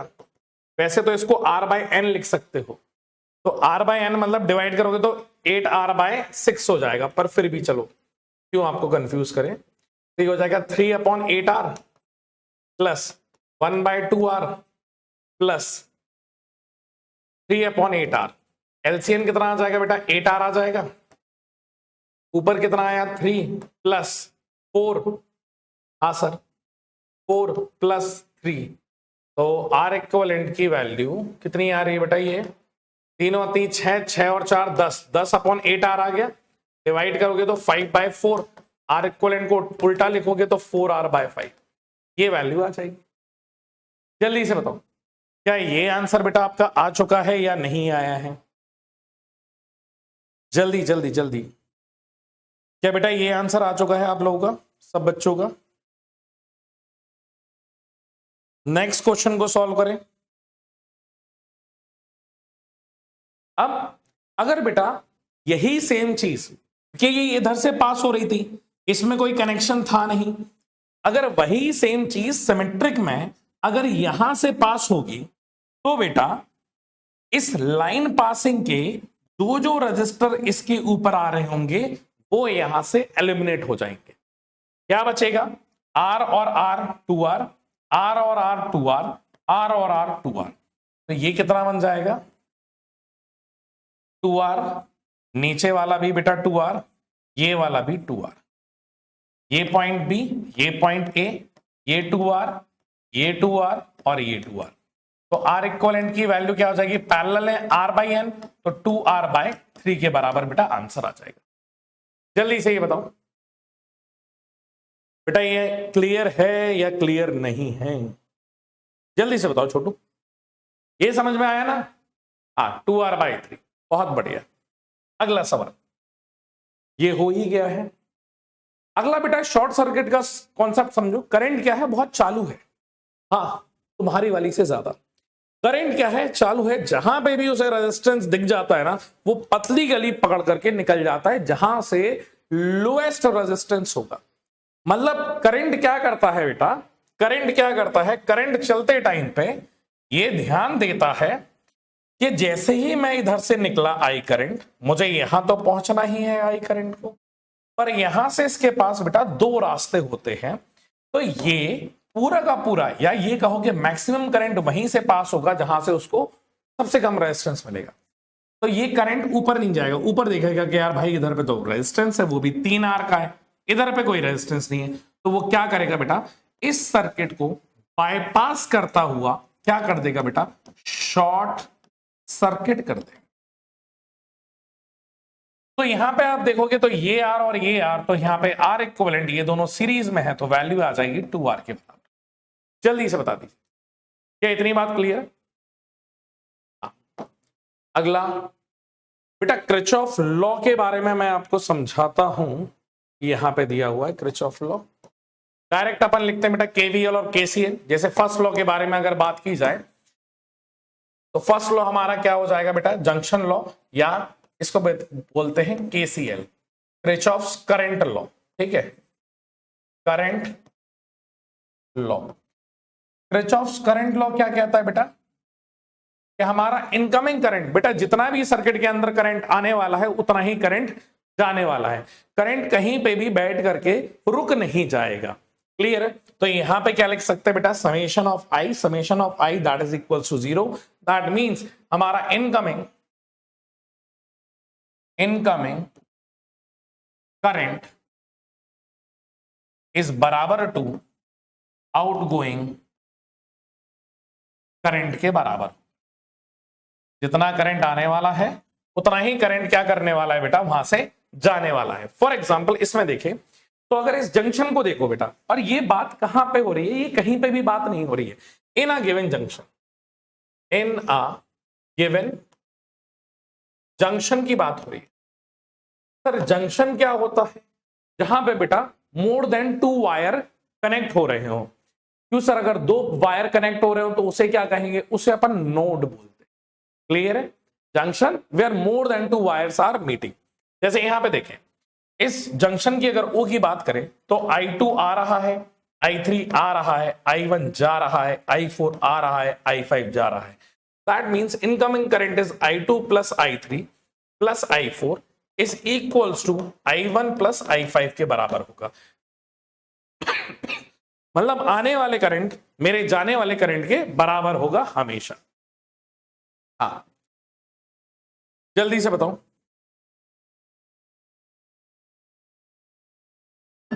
क्या इतनी बात बेटा क्लियर है कि नहीं है?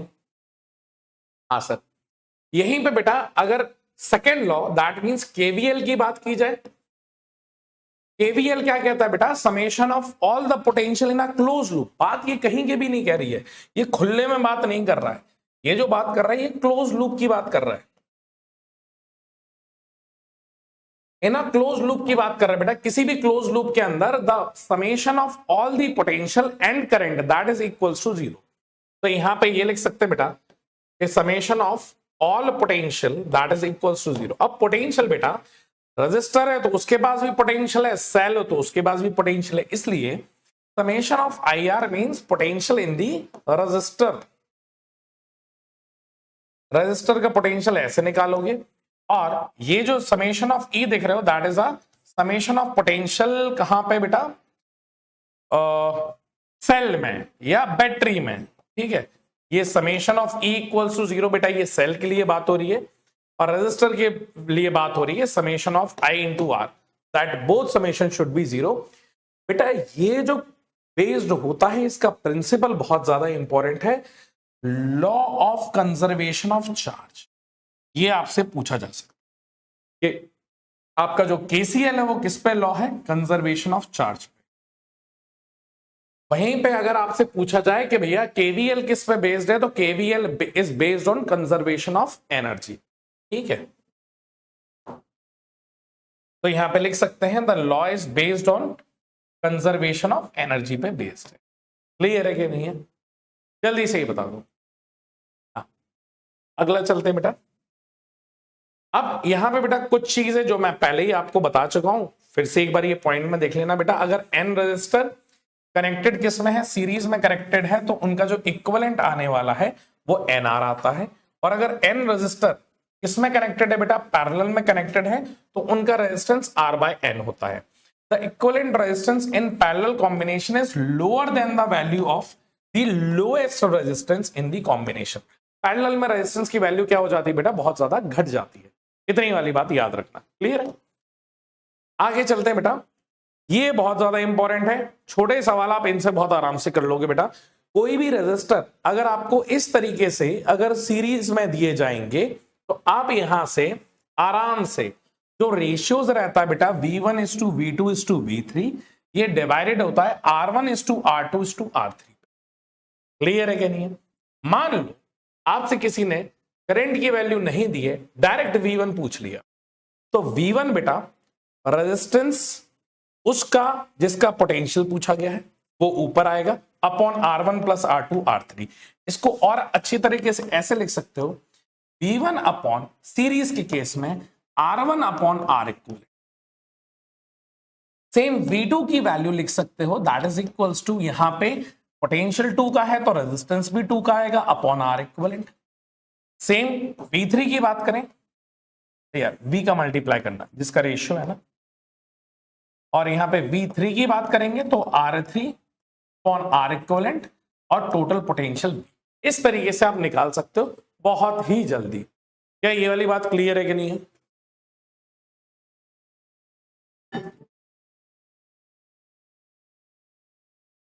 एक मिनट रुकना, माइक बदल लूं।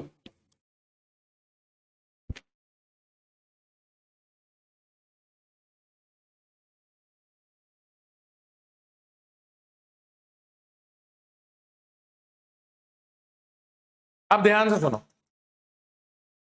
तो सेम बेटा ये वाली पोटेंशियल की बात होगी, ये आप याद रखना बेटा, बहुत ज्यादा इंपॉर्टेंट है, और डायरेक्ट आप यहां से बेटा चीजों में समय बचा सकते हो।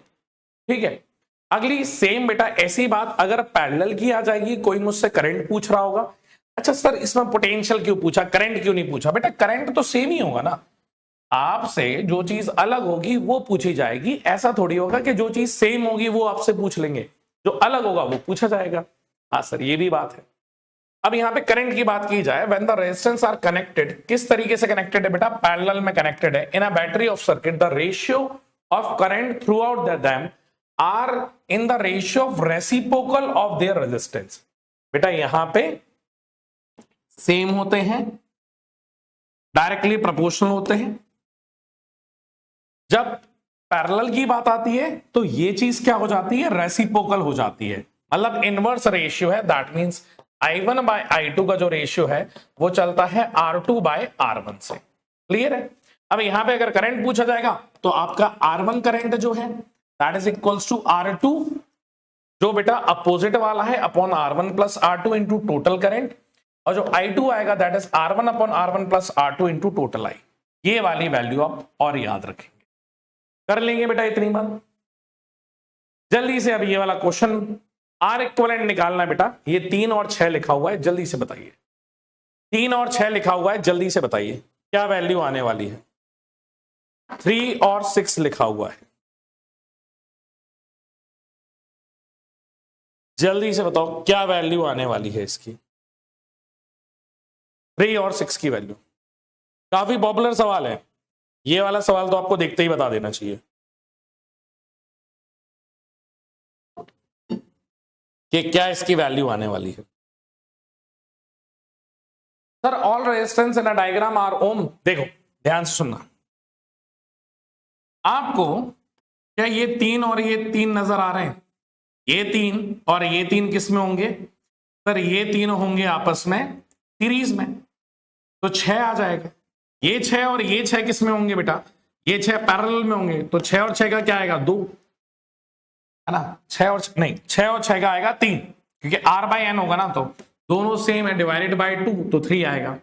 3 और 3 किस में होंगे बेटा? 6 हो जाएंगे क्योंकि सीरीज में है। 6 और ये वाला 6 किस में होगा बेटा? पैरेलल में होगा, तो R बाई N तो 6/2 तो 3 आएगा। ये 3 और ये 3 होगा 6, 6 और ये 6 3 आएगा, 3 और 3 6, और ये 6 और ये 3, तो R equivalent is equals to R1 into R2 upon R1 plus R2, 6 plus 3, R1 6 plus 3 है ना, तो ये वैल्यू कितनी आ जाएगी बेटा? 6 3 18 अपॉन 9, तो आपका R इक्विवेलेंट कितना आ रहा है बेटा? 2 ओम आ रहा है। क्लियर है? 3 ओम नहीं बेटा, 2 ओम आएगा, 2 ओम आएगा। 9 ओम बेटा वो कहीं से कहीं तक नहीं आ सकता है, 2 ओम आएगा। क्लियर है?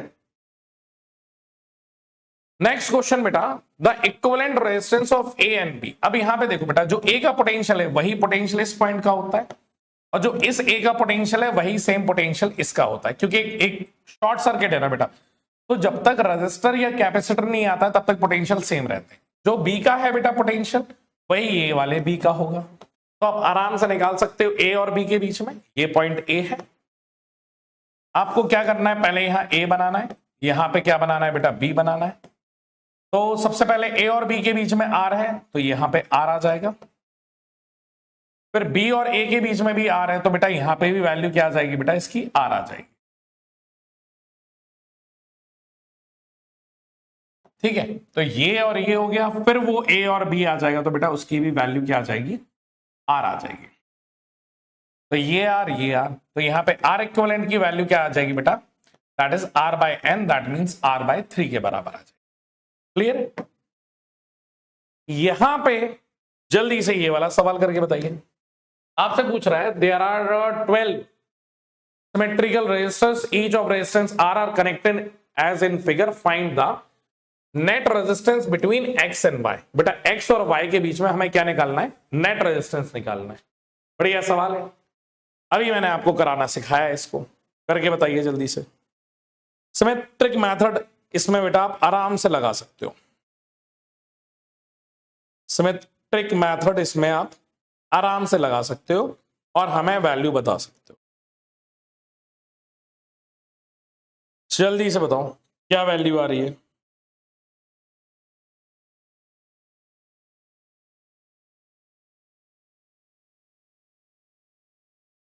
अगर आप थोड़ा ध्यान से देखो ना, तो इसमें तो लगाने की जरूरत भी नहीं है। क्यों सर? मैंने कहा क्योंकि यहां पे बीच में रेजिस्टर नहीं है ना, जैसे ये एक्स है, इस पॉइंट का पोटेंशियल भी एक्स है, इस पॉइंट का पोटेंशियल भी एक्स है, और इस पॉइंट का पोटेंशियल भी एक्स है। इस पॉइंट का पोटेंशियल अगर वाई है तो इसका भी वाई है और इसका भी वाई है।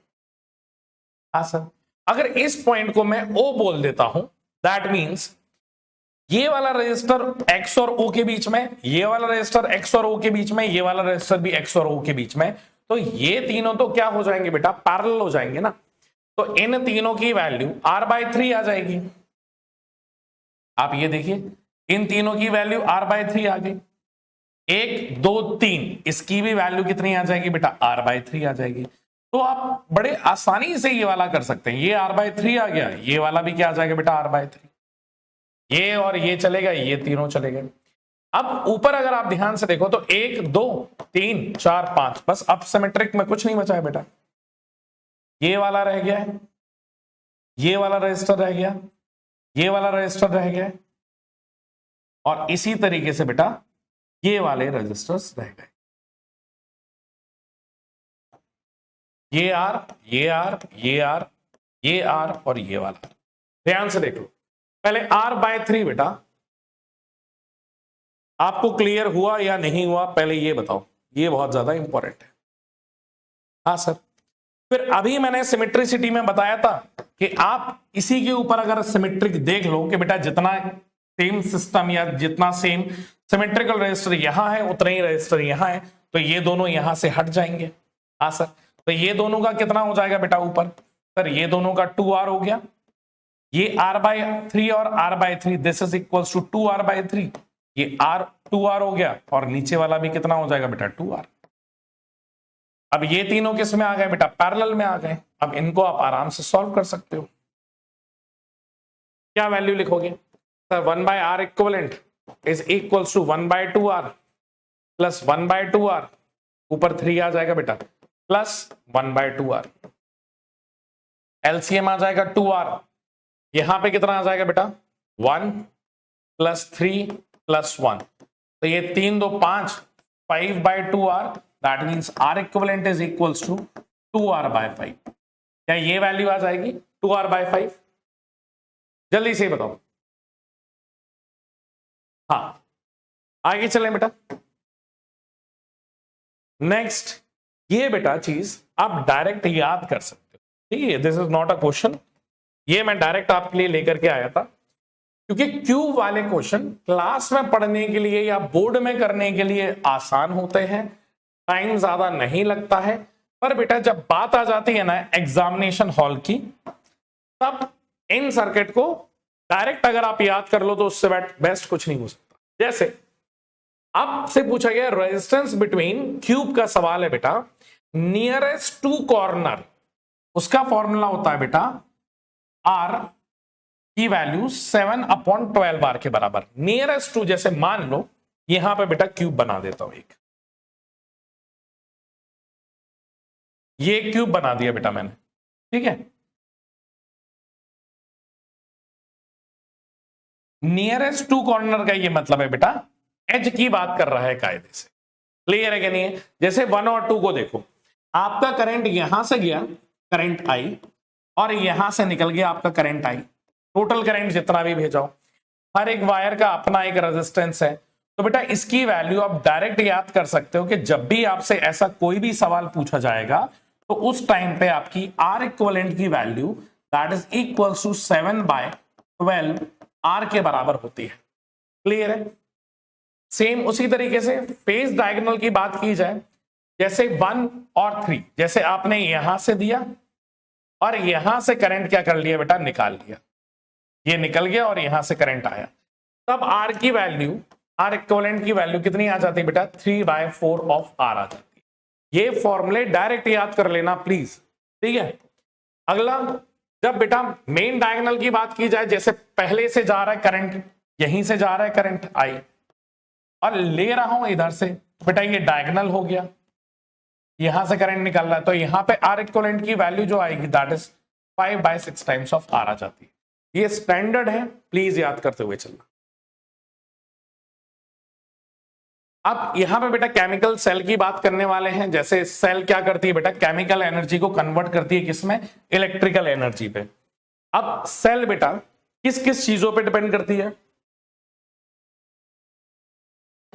सेल का बेटा इनिशियल नाम हमने जो रखा था उसका इनिशियल नाम क्या था, that is known as electromotive force. ऐसी फोर्स जो इलेक्ट्रॉन्स को चलने के लिए मोटिवेट करती है। ठीक है, हाँ जी सर। अब the energy given by the cell is a flow of units of charge. ठीक है, होल सर्किट में किन किन चीजों पे डिपेंड करती है बेटा? नेचर ऑफ इलेक्ट्रोलाइट, पहला तो ये। दूसरा, मेटल्स ऑफ इलेक्ट्रोड, किसके इलेक्ट्रोड्स डले हैं बेटा, उस पर डिपेंड करती है। और इसका फॉर्मूला देखोगे तो बेटा एरिया पे भी डिपेंड करेगी, डिस्टेंस बिटवीन प्लेट पे करेगी, क्वांटिटी ऑफ इलेक्ट्रोलाइट पे करेगी, and size of the cell. बेटा ये सारे पॉइंट्स बहुत ज्यादा इंपॉर्टेंट है। अभी इसी में ही वेरिएशन होगा, तब आप परेशान हो जाओगे। ये डायरेक्ट में लेकर के आया हूं। अगर बेटा ये सेल है ई और ये उसका इंटरनल रेजिस्टेंस क्या होता है बेटा? आर। हर सेल के साथ उसका इंटरनल रेजिस्टेंस होता है। ये जो सेल होता है बेटा इसको अपन ईएमएफ बोलते हैं। ठीक है, टर्मिनल वोल्टेज जो होता है बेटा वो E minus I of internal resistance के बराबर होता है, जो कि मैं आगे आपको दिखाऊंगा। क्लियर है? पहले सेल के बारे में सुन लो। अगर बेटा डिस्टेंस दो इलेक्ट्रोड के बीच की अगर हम इंक्रीज करेंगे तो रेजिस्टेंस क्या होगा? बढ़ जाएगा। Area dipped in an electrolyte को अगर हम एरिया को बढ़ा देंगे तो रेजिस्टेंस क्या हो जाएगा बेटा? डिक्रीज हो जाएगा। कंसंट्रेशन को अगर हम इंक्रीज कर देंगे तो रेजिस्टेंस भी क्या हो जाएगा बेटा? इंक्रीज हो जाएगा। और टेम्परेचर को इंक्रीज कर देंगे तो रेजिस्टेंस क्या हो जाएगा बेटा? डिक्रीज। ये कौन से रेजिस्टेंस की बात हो रही है? इंटरनल रेजिस्टेंस की बात हो रही है। ठीक है, जिसे अपन नाम देते हैं ना बैटरी मैकेनिज्म, ये उसकी बात हो रही है बेटा। क्लियर है? हाँ जी सर। अब टर्मिनल वोल्टेज बेटा मैंने आपको समझा ही दिया था। टर्मिनल वोल्टेज को यहां पे वी भी बोल सकते हैं, टीवी भी बोल सकते हैं, that is E minus current in circuit into internal resistance के बराबर होता है मेरा टर्मिनल वोल्टेज। ठीक है, हाँ जी सर, जहां पे V equals to E minus I R होता है।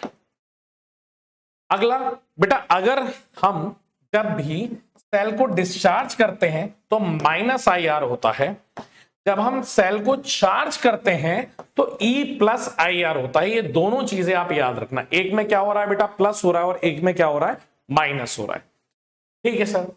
और वहीं पे अगर बेटा सीरीज कॉम्बिनेशन ऑफ सेल देखें जाए तो E इक्विवेलेंट किसके बराबर होता है? E1 plus E2 plus E3, और net current E net upon R net plus R के बराबर होता है। क्लियर है? सेम I बेटा that is equals to M times of E into M into R plus R के बराबर होता है पैरेलल कॉम्बिनेशन में। ठीक है, अभी इसके बेटा क्वेश्चंस करेंगे तो हम ज्यादा बेटर तरीके से इस चीज को समझेंगे। बेटा Q किसके बराबर होता है? Heat produce, that is I square R into T के बराबर, जिसको अपन P इंटू टी भी लिख सकते हैं। पावर इंटू टाइम, पावर का फॉर्मूला VIT हो जाएगा, और जिसको अपन V स्क्वायर बाय R लिख सकते हैं। पावर का रिलेशनशिप यहां पे आप ध्यान दीजिएगा, power is equals to V square by R, और इसी को क्या लिख सकते हैं बेटा? I square by R। जब भी पैरेलल कॉम्बिनेशन होंगे ना, क्योंकि ये सेम चीज किस में आएगा बेटा? बल्ब प्रॉब्लम में भी आएगा, जिसमें मैं लिख करके तो लेकर के आया ही हूं। बल्ब प्रॉब्लम में बेटा अगर R हमारा कांस्टेंट हो जाता है तो power is directly proportional to, parallel में है ना, पैरेलल के केस में power is inversely proportional to R, और यहीं पे अगर बेटा मैं सीरीज के केस में देखूं तो power is directly proportional to R। ये दो चीजें होती हैं, अभी मैं आपको आगे दिखाऊंगा जब बेटा मैं आपको बल्ब का केस समझाने वाला हूं। यहां पे बेटा पावर अगर हम सेल में देख करके देखो तो I स्क्वायर R, I अभी मैंने बताया that is E square R upon R plus capital R, internal resistance plus external resistance के बराबर होगा। पावर मैक्सिमम कब होगी बेटा? ये आपसे कई बार पूछा गया है, ये भी एक बहुत इंपॉर्टेंट रिलेशनशिप है। मैक्सिमम पावर तब होगी बेटा जब आपका इंटरनल रेजिस्टेंस की वैल्यू लोड रेजिस्टेंस के बराबर होती है, जो कि आप इस ग्राफ में देख सकते हैं। और जब स्मॉल r की वैल्यू कैपिटल R के बराबर हो जाएगी तो पावर की value E square by 4R के बराबर भी हो जाती है। ये वाली वैल्यू भी आप बेटा याद रखेंगे। क्लियर है कि नहीं है? ये P मैक्सिमम है, कब है? जब स्मॉल r और कैपिटल R बराबर होते। ये वाला पॉइंट पता था या पता नहीं था, ये बताओ बेटा। ये वाला पॉइंट क्लियर है या ये वाला पॉइंट क्लियर नहीं है? अब अगर बेटा टोटल पावर अगर पूछा जाए तो P टोटल किसके बराबर होता है, P1 plus P1 into P2 upon P1 plus P2 के बराबर। N बल्ब है, पावर निकालना है तो P बाय N होगा, ये याद रखना बेटा। अगर सीरीज कॉम्बिनेशन है, मैंने अभी बताया brightness is directly proportional to power, power is directly proportional to resistance, ठीक है, और वो 1 बाय P रेटेड के बराबर होता है। क्लियर है? कब? जब सीरीज कनेक्शन है, सीरीज लिखा है ना, हाँ देखो यहां पे बल्ब सीरीज में होगा, power is directly proportional to resistance, ठीक है सर। और यहीं पे सेम करंट के लिए बेटा P equals to I square R, तो I अगर सेम है तो P is directly proportional to R, तो जिसका रेजिस्टेंस ज्यादा होगा उसमें पावर ज्यादा मिलेगा, मतलब उसकी ब्राइटनेस ज्यादा होगी। वहीं अगर यहां पे बात करूं टोटल पावर बेटा पैरेलल के केस में that is equals to P1 plus P2 के बराबर होगा, जहां पे ब्राइटनेस जो होगी बेटा वो डायरेक्टली प्रोपोर्शनल होगी पावर कंज्यूम्ड के I के inversely proportional to resistance. For same V more power consume for a smallest resistance, मतलब P is inversely proportional to 1 by R, जिसका रेजिस्टेंस ज्यादा उसकी पावर क्या रहेगी, सबसे कम। क्लियर है कि नहीं है? हाँ सर। अब यहां से बेटा मैं आपको मेजरिंग डिवाइस मुश्किल से मुश्किल 10-15 मिनट का और है, और फिर अपन न्यूमेरिकल्स करेंगे, ठीक है। मेजरिंग इंस्ट्रूमेंट में बेटा सबसे पहले कौन सा आ जाता है आपके पास, गैल्वेनोमीटर। गैल्वेनोमीटर क्या करता है, मेजर करंट नहीं, डिटेक्ट करंट। क्या ये बात क्लियर है कि नहीं है? क्या करता है बेटा, ये सिर्फ और सिर्फ डिफ्लेक्शन शो कर सकता है हमारा प्यारा सा गैल्वेनोमीटर। शंट क्या कहलाता है बेटा, जब हम एक small resistance connected in parallel to a galvanometer, उसे अपन क्या बोलते हैं बेटा, शंट। कनेक्टेड कैसे होता है ये याद रखना, पैरेलली कनेक्टेड होता है। क्लियर है? अब यहां पे बेटा गैल्वेनोमीटर की आप वैल्यू देख सकते हो, conversion of galvanometer into ammeter. तो ये बेटा गैल्वेनोमीटर है, रेजिस्टेंस गैल्वेनोमीटर का Rg है, ये हमारा शंट हो गया है। अब यहां से जब हमारा मेन करंट आई जाएगा ना बेटा, तो हम शंट लेते हैं लो रेजिस्टेंस का। अगर ये लो रेजिस्टेंस है तो मैक्सिमम करंट यहां जाएगा, कम से कम करंट आगे जाएगा। तो शंट के पास करंट जाने वाला current total current minus current in galvanometer हो जाएगा। हाँ सर। और इसके पास जो करंट जा रहा है बेटा वो Ig हो जाएगा, और ये दोनों लगे कैसे हैं, पैरेलल में। तो यहां पे लिख सकता हूं बेटा पोटेंशियल डिफरेंस दोनों का सेम होगा ना, वहां से कंपेयर करोगे तो बेटा रेजिस्टेंस ऑफ शंट निकालने का फॉर्मूला जो होता है, resistance in galvanometer into current in galvanometer upon total current minus current in galvanometer. अगर बेटा हमारी करंट इन गैल्वेनोमीटर बहुत कम है तो हम डायरेक्ट लिख सकते हैं कि बेटा शंट की value Rg Ig upon I के बराबर हो जाएगा। क्लियर है? अब यहीं पे देखें बेटा, अगर मुझे इसको किस में कन्वर्ट करना है, वोल्टमीटर। वोल्टमीटर में क्या डिफरेंस रहेगा कि हमारा जो रेजिस्टेंस रहता है बेटा, उसकी रेजिस्टेंस की वैल्यू ज्यादा रहती है। क्लियर है कि नहीं? रेजिस्टेंस की वैल्यू क्या रहेगी, ज्यादा रहेगी। तो हाई रेजिस्टेंस कनेक्टेड टू किसमें बेटा, सीरीज में, जहां पे V की value V upon Ig minus Rg के बराबर होगी। क्लियर है? हाँ। तो ये क्या आ जाएगा बेटा, resistance in galvanometer. Resistance in galvanometer already बेटा बहुत ज्यादा छोटा होता है, तो यहां पे वैल्यू R की क्या हो जाएगी, V अपॉन Ig के बराबर बेटा इसकी वैल्यू आ जाती है। सेम व्हीट स्टोन ब्रिज को देखें तो बेटा यहां पे P, Q, R और S, तो यहां पे अगर बैलेंस व्हीट स्टोन ब्रिज होगा तो बेटा that means P by Q का रेशियो बेटा R बाय S के होगा। ये कंडीशन किसकी होती है बेटा, बैलेंस्ड व्हीट स्टोन ब्रिज की।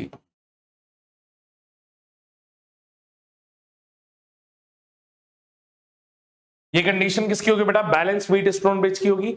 अगर बेटा potential of B is greater than D, अगर बेटा पोटेंशियल B का अगर हमारा ज्यादा है किससे बेटा, D से, तो करंट जो फ्लो करेगा higher to lower potential flow करेगा, तो करंट की वैल्यू B से D होगी। तो यहां पे तभी हो सकता है जब रेशियो R बाय S का ज्यादा हो compare to P by Q, that means potential of VD और VB का, VB की ज्यादा वैल्यू है, करंट कहां से फ्लो करेगा, B से D। अगर PQ का ज्यादा है दैट मींस VD पोटेंशियल ज्यादा होगा, current B to D flow करेगा। ये वाली भी चीज बेटा आप करते हुए साथ में चलना। क्लियर है? अब बेटा मीटर ब्रिज में अपन क्या करते हैं, हम अननोन रेजिस्टेंस को निकालते हैं। अननोन रेजिस्टेंस, ये हमारा रेजिस्टेंस बॉक्स है, ये एस जो दिया गया है that is unknown, unknown resistance कहलाता है। अननोन रेजिस्टेंस में बेटा ये जो लेंथ दी गई है that is of copper wire, जहां पे जो फॉल होता है बेटा रेजिस्टेंस का दैट इज रेजिस्टेंस ग्रेडियंट बोल सकते हैं बेटा, क्योंकि यहाँ पे रेजिस्टेंस पर यूनिट लेंथ दी गई है और लेंथ किस में दी जाती है, सेंटीमीटर में, क्योंकि मीटर ब्रिज इसलिए बोला जाता है क्योंकि टोटल लेंथ कितनी होती है बेटा, 1 मीटर के बराबर, दैट मींस 100 सेंटीमीटर के बराबर। क्लियर? और ये बेस किस पे होता है बेटा, ये हमारा नल मेथड, ये हमारा किस पे बेस्ड है बेटा, ये नल मेथड पे बेस्ड होता है, जहां पे हम सेम व्हीटस्टोन ब्रिज की कंडीशन लगा सकते हैं, जहां पे हम बोल सकते हैं RB resistance box upon P that is equals to S upon 100 minus L. तो यहाँ पे P by Q is equals to P by Q. ठीक है, इधर देख लो बेटा value, R L resistance per unit length upon R into 100 minus L, मतलब ये रेजिस्टेंस पता करना है बेटा, तो जो भी रेजिस्टेंस पर यूनिट लेंथ है इंटू मल्टीप्लाई बाय लेंथ, तो unknown resistance box upon this, resistance box upon R into L, that should be equals to S upon 100 minus L multiply by R. अब S की value क्या आ जाएगी बेटा अपने पास, तो ये आ जाएगा आर से आर कैंसिल आउट हो गया, हाँ sir, 100 minus L into resistance box divided by L के बराबर। ये बेटा कहानी हमारी निकल के आ जाएगी। क्लियर है? इस तरीके से बेटा निकालना होता है। जैसे व्हीटस्टोन ब्रिज पे क्वेश्चन बेस्ड बेटा ये भी रहता है, जैसे आप यहां पे देखो, ये ए पॉइंट है, यहां का भी पोटेंशियल ए होगा, ये बी है तो यहां का पोटेंशियल बी होगा, ये वाला पता नहीं है तो बेटा इसको सी और डी ही रहने देते हैं। अब आप पोटेंशियल मार्क करो, ए आपको पता है बेटा, अगर मोर देन 2 पोटेंशियल होना तो आप इस तरीके से मार्क करना कि लोअर पोटेंशियल इधर हो, हायर इधर हो, ये पॉइंट सी का हो और ये पॉइंट क्या हो बेटा, डी का हो। तो ए से सी में, ए से सी में एक रेजिस्टर आ गया, फिर सी से डी में एक रेजिस्टर आ गया, फिर डी से ए में, डी से ए में एक रेजिस्टर आ गया, फिर बेटा सी से बी में एक रेजिस्टर आ गया, और फिर बी से डी में एक रेजिस्टर आ गया। तो ये क्या बन गया बेटा, व्हीटस्टोन ब्रिज बन गया, क्योंकि सबका रेजिस्टेंस आर आर आर ही है बेटा। व्हीटस्टोन ब्रिज का आर इक्विवेलेंट किसके बराबर निकल के आता है, आर के बराबर ही निकल के आता है, क्योंकि इसमें तो करंट फ्लो होगा ही नहीं, ये 2R डिवाइडेड बाय 2, तो आर के बराबर आ जाएगा। ये वाली वैल्यू बताना बेटा क्या आ रही है जल्दी से,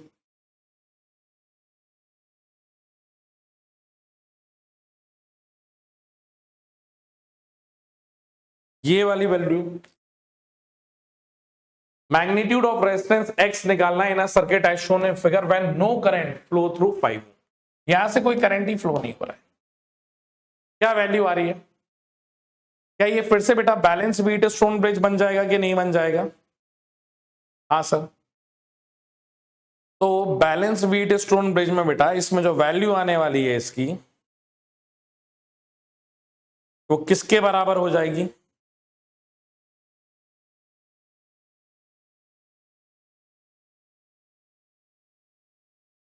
इसमें करंट फ्लो नहीं हो रहा है, that means this value upon this value x by 18 is equals to this by this, तो 2 बाय 6 हो जाएगा, 6 से ये 3 बार चला गया, तो x की वैल्यू कितनी आ रही है, 6 ओम आ रही है। क्या 6 आ चुका है बेटा आप लोगों का, जल्दी से बताओ, हाँ सर। अब यहां पे बेटा पोटेंशियोमीटर का ये सर्किट डायग्राम है, पोटेंशियोमीटर से हम अलग अलग 3 चीजें कर सकते हैं, और वो 3 चीजें क्या है, सबसे पहले तो बेटा पोटेंशियल ग्रेडियंट, इसका पहले यूटिलाइजेशन में आपको समझाता हूं क्या क्या कर सकते हैं, फिर मैं पोटेंशियल ग्रेडियंट समझा रहा हूं। सबसे पहले बेटा to find out the EMF of the cell, comparison of E1 by E2, 2 cells का कंपैरिजन, इंटरनल रेजिस्टेंस का कैलकुलेशन, 2 रेजिस्टेंस का कंपैरिजन कर सकते हैं बेटा, और करंट कोई भी दिए गए सर्किट पे। वो होता किस बेसिस पे बेटा, पोटेंशियल ग्रेडियंट। ग्रेडियंट किसी भी वर्ड के साथ लग जाए दैट मींस कोई भी चीज as a function of displacement, तभी यहां पे v बाय m लिखा हुआ है, क्लियर है कि नहीं है। तो यहां पे बेटा dv बाय dx चलता है, जिसे अपन V बाय एल के नाम से भी जानते हैं, और इसी चीज को अपन क्या बोलते हैं बेटा, पोटेंशियल ग्रेडियंट बोलते हैं। ठीक है, the potential difference across corresponding to a unit length potentiometer wire is called a potential gradient. Clear है? अब यहां पे बेटा आपको डायरेक्ट रिलेशनशिप याद करना है, इसमें कोई आपसे पूछने वाला नहीं है। क्लियर है? सबसे पहले कंपैरिजन ऑफ टू सेल, ये बैटरी दी गई है, E1 है, ये E2 है। डायरेक्ट आप रिलेशनशिप E1 अपॉन E2 पे नल पॉइंट है, that is equals to L1 by L2। बेटा ये रेशियो आप डायरेक्ट याद करेंगे। क्लियर है कि नहीं है? अगर आपको इंटरनल रेजिस्टेंस निकालना है तो बेटा इंटरनल रेजिस्टेंस का ये फॉर्मूला होता है सीधे, यहां पे R बराबर L1 minus L2 upon L2 into R। L1 बेटा हमेशा वो लेनी है that is the bigger length. ठीक है, L1 क्या है? बिगर लेंथ है। बस बेटा फॉर्मूला देख लो, कोई नहीं पढ़ा रहा है तुम्हें। ठीक है, बस पता होना चाहिए। कंपैरिजन ऑफ टू रेजिस्टेंस में भी बेटा same, L1 minus L2 upon L2, बस इसमें इंटरनल रेजिस्टेंस में R का मल्टीप्लाई हो जाता है एक्सटर्नल में। इसमें बेटा पूरा फॉर्मूला सेम है, बस यहां पे R नहीं रहता। अब आपके क्वेश्चन शुरू हो गए, जल्दी से करके बताइए। अरे ये चीज हटेगी नहीं तो पढ़ पाओगे क्या? अब आपका सिर्फ और सिर्फ सवालों का सिलसिला चालू हो चुका है। जल्दी से पहला सवाल बताइए। छोटा सा सवाल है बेटा, कोई भी डाउट हो तो आप पूछिए। The standard filament lamp consumes power, बेटा पावर कितनी दी गई है? P की वैल्यू, P की वैल्यू कितनी दी गई है? 100 वॉट दी गई है। Is connected to a potential of 200 volt. ठीक है, AC main supply, the peak current through the bulb. हमसे क्या पूछ रहा है बेटा? पीक करंट पूछ रहा है, बल्ब का कितना होगा, निकाल के बता दीजिए। रेजिस्टेंस का फॉर्मूला क्या होगा? सबसे पहले क्या बेटा, वो V स्क्वायर बाय R से निकाल दूंगा, तो V स्क्वायर कितना आ जाएगा? 200 इंटू 200 डिवाइडेड बाय 100, तो ये वैल्यू तो कितनी आ रही है बेटा?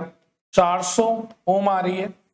तो पीक करंट, तो I की वैल्यू कितनी आ जाएगी बेटा? पोटेंशियल, तो V बाई R, और रेजिस्टेंस कितना है? ये P लिखना था ना। I इक्वल्स टू क्या आ जाएगा बेटा? V बाई R, तो 400, नहीं पोटेंशियल कितना है? 200, 200 डिवाइडेड बाय 400, तो ये वैल्यू तो 1/2 आ रही है। ठीक है, 1/2 को क्या लिख सकते हैं बेटा? 1/2 किस में आ जाएगी? पीक में आ जाएगी। ये तो I नॉट की वैल्यू आई है, तो IRMS क्या हो जाएगा? 1/2 इज 0.5 इंटू √2। हाँ सर, 0.5 इंटू 1.414, तो वैल्यू हमारी कितनी आ जाएगी? लगभग 0.707। क्या ऑप्शन नंबर A सबका आ जाएगा बेटा? नहीं, B नहीं बेटा, B नहीं, A। जल्दी से बताओ, क्या सबका आ चुका है बेटा? ये तो नीट का PY की क्वेश्चन है यार, ये तो वैसे भी हो जाना चाहिए था। अगला क्वेश्चन करके बताओ। नेक्स्ट क्वेश्चन क्या कह रहा है आपसे? मैंने पहले ही कहा था वैल्यूज थोड़ी अच्छे से याद रखना।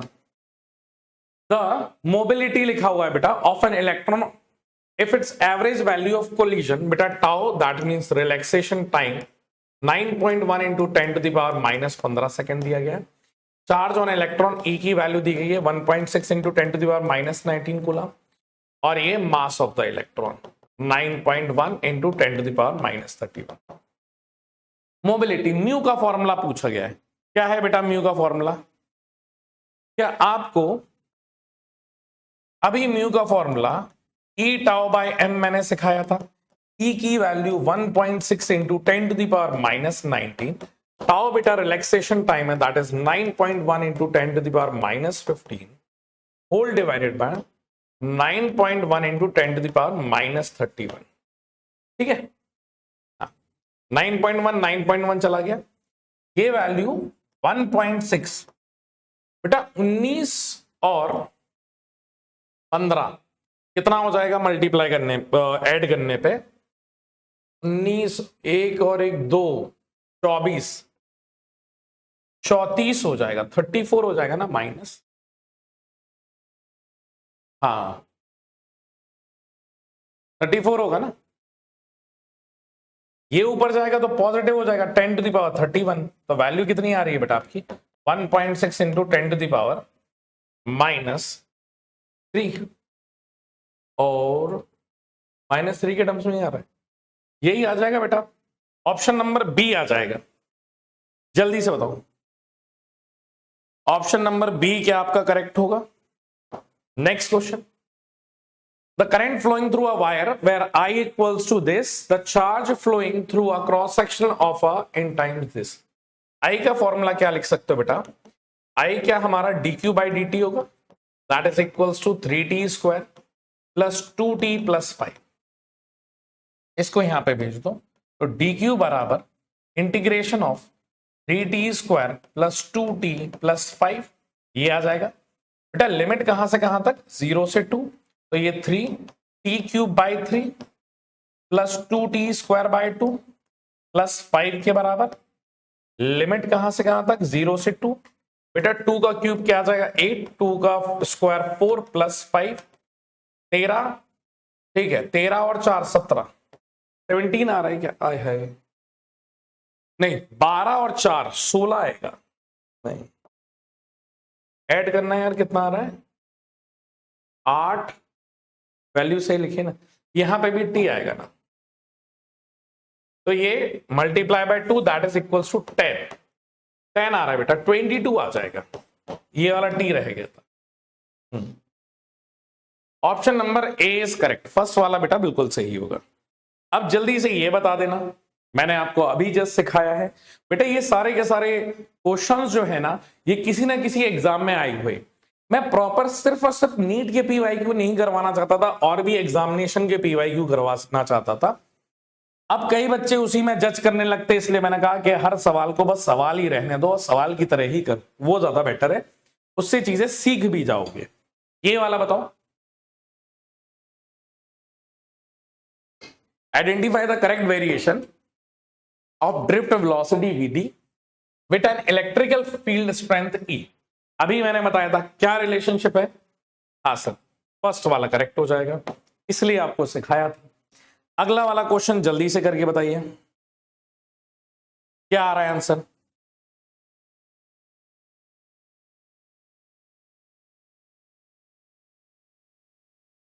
नेक्स्ट क्वेश्चन क्या आ रहा है बेटा? फॉलोइंग फिगर ये दिया गया है, ये A है बेटा, ये 3R है, करंट 2 एम्पियर है और ये R है, ठीक है। 2 ampere current passing through a conductor wire, radius of the cross section दिया गया है 3R, A का है और B का बेटा R है। Find the ratio of drift velocity. क्या बेटा? ड्रिफ्ट वेलोसिटी अभी मैंने बताया कि इनवर्सली प्रोपोर्शनल टू एरिया है, रेडियस के टर्म्स में इनवर्सली प्रोपोर्शनल टू 1/r² हो जाएगी। तो VdA upon VdB is equals to inverse है ना, तो that is radius of B का square upon radius of A का स्क्वायर। तो ये वैल्यू कितनी आ जाएगी बेटा? r² upon 9r², cancel out, ratio आ रहा है 1:9। Option number third is correct हो जाए बेटा, कर लेंगे।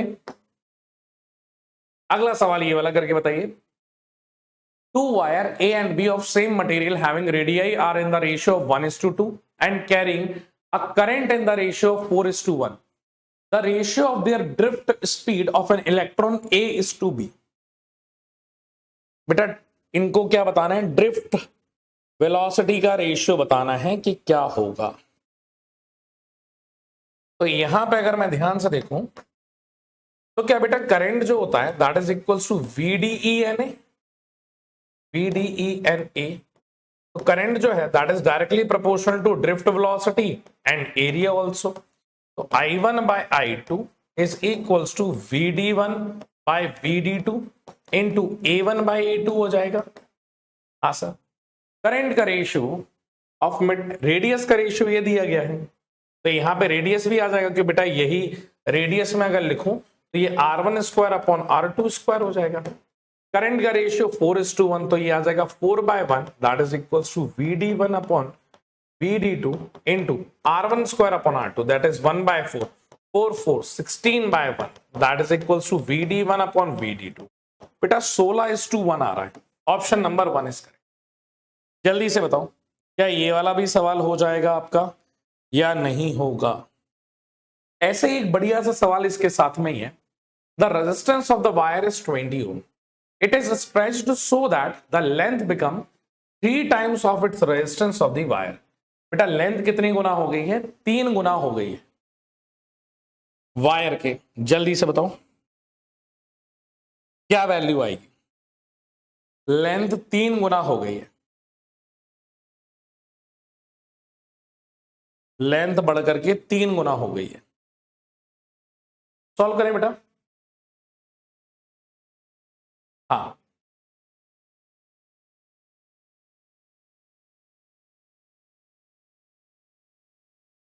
ध्यान से देखो तो यहां पे बेटा अगर आप ध्यान से देखोगे तो resistance is equals to rho L by A. हाँ सर, मतलब रेजिस्टेंस का इनवर्स रिलेशनशिप है, तो ये R1 by R2 is equals to L1 by L2 into A2 by A1 होगा। हाँ सर, L1 बाय L2, तो initial length is L1, final length is 3 times of initial length. बेटा area भी तो बदला होगा ना, वॉल्यूम कंजर्वेशन से देखेंगे तो ये तो A1 बाय 3 आएगा डिवाइडेड बाय A1 आ जाएगा, A1 से A1, L1 से L1, आंसर आ जाएगा 1/9। ठीक है, R2 पता करना है तो R2 की वैल्यू R1 इंटू 9 हो जाएगा, R1 की value 20 into 9, that is equals to 180 ohm के बराबर, 180 ओम। बेटा option number 4 is correct.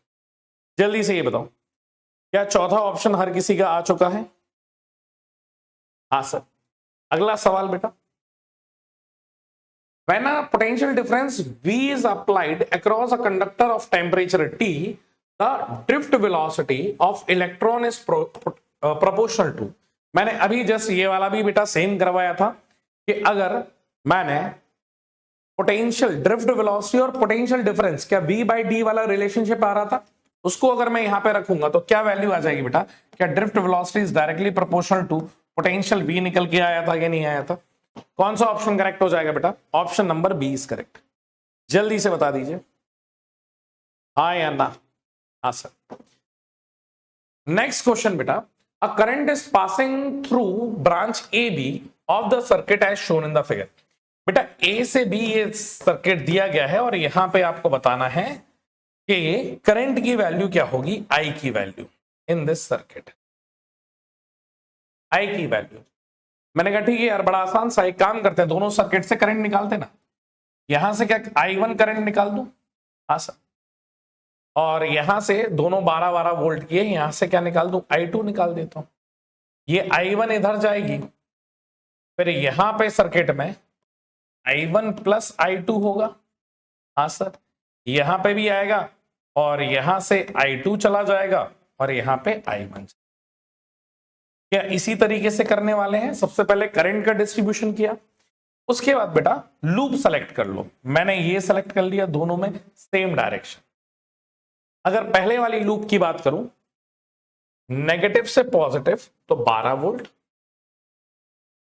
Path और करंट दोनों सेम है तो माइनस का 4I1, और यहां से घूमता हुआ पॉजिटिव से नेगेटिव जा रहा हूं तो माइनस का 12, दोनों की डायरेक्शन अपोजिट है तो प्लस है, करंट कितना है I2, that is equals to 0। क्या ये पहली इक्वेशन आ जाएगी? इससे ये कैंसिल आउट हो गया। हाँ सर, तो यहां पे मैं लिख सकता हूं कि 6I2 बराबर 4I1। हाँ सर, तो लिख सकता हूं 3I2 बराबर 2I1 के बराबर। ठीक है, ये I1 और I2 के बीच में रिलेशनशिप मुझे पहली इक्वेशन से ही मिल गया। दूसरे वाले को देखूं, क्या बेटा यहां से नेगेटिव से पॉजिटिव गया तो 12 वोल्ट पॉजिटिव। हाँ सर, आप अगर ध्यान से देखो बेटा तो ये और ये तो सीरीज में है ना, क्योंकि जितना करंट इसमें गया है उतना ही करंट I1 प्लस I2 इसमें जाएगा। तो 10 और 8 कितना हो जाएगा, 18, और डायरेक्शन सेम है, तो वैल्यू कितनी आ जाएगी, माइनस का 18 ब्रैकेट में I1 प्लस I2 के बराबर। ठीक है, और ये इधर से जब इसके साथ जा रहा है तो तब भी बेटा दोनों की डायरेक्शन सेम ही है, तो वैल्यू क्या आ जाएगी, माइनस का 6I2 that is equals to 0। ठीक है सर, तो सॉल्व करो इसको। 12 minus 18I1 minus 18I2 minus 6I2 that is equals to 0।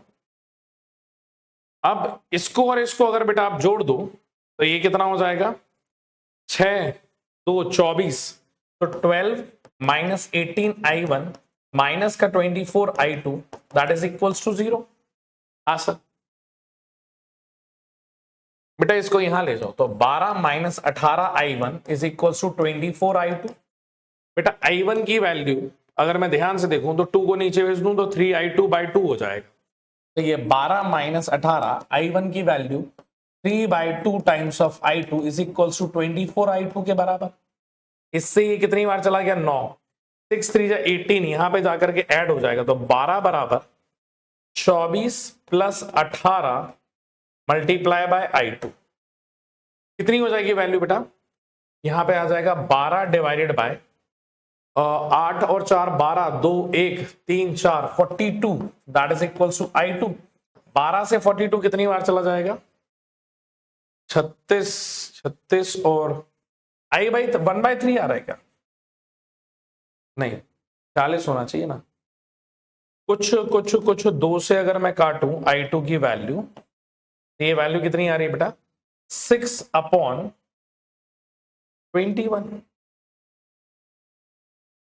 6/21 आ रही है क्या, फिगर रेजिस्टेंस, अरे यार ऑप्शन गलत दी गए। वैसे आप देखो क्या आ रही है आपकी वैल्यू,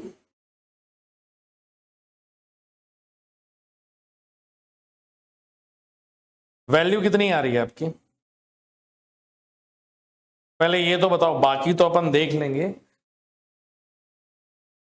इक्वेशन आपकी क्या आ रही है,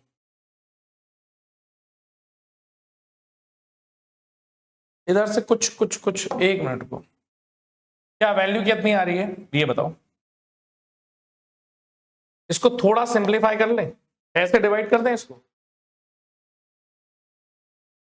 6 से एक बार डिवाइड कर देते, कुछ 6 से डिवाइड करेंगे तो ये 6 नहीं कितना आएगा, 2 माइनस 3I1 प्लस 4I2। ठीक है, थोड़ा सिंप्लीफाई हो गया बस। तो यहां पे वैल्यू 2 माइनस 3I1, I1 की वैल्यू कितनी आ जाएगी बेटा, 3/2 I2 के बराबर इज इक्वल्स टू 4I2। ठीक है, तो ये 2 बराबर 4 प्लस 9/2 इंटू I2, तो ये वैल्यू कितनी आ रही बेटा, 2 बराबर 8, 4 दूनी 8, 8 और 9 17/2 बराबर I2। ये वैल्यू आ जाएगी बेटा 4/17 आ रही है I2 की, 4/17 सही है ना। नीचे कुछ कैलकुलेशन में गलती हो गई होगी बेटा, 4/17 किस किस का आ गया, 4/17, 4/17, 2/7 नहीं, 4/17।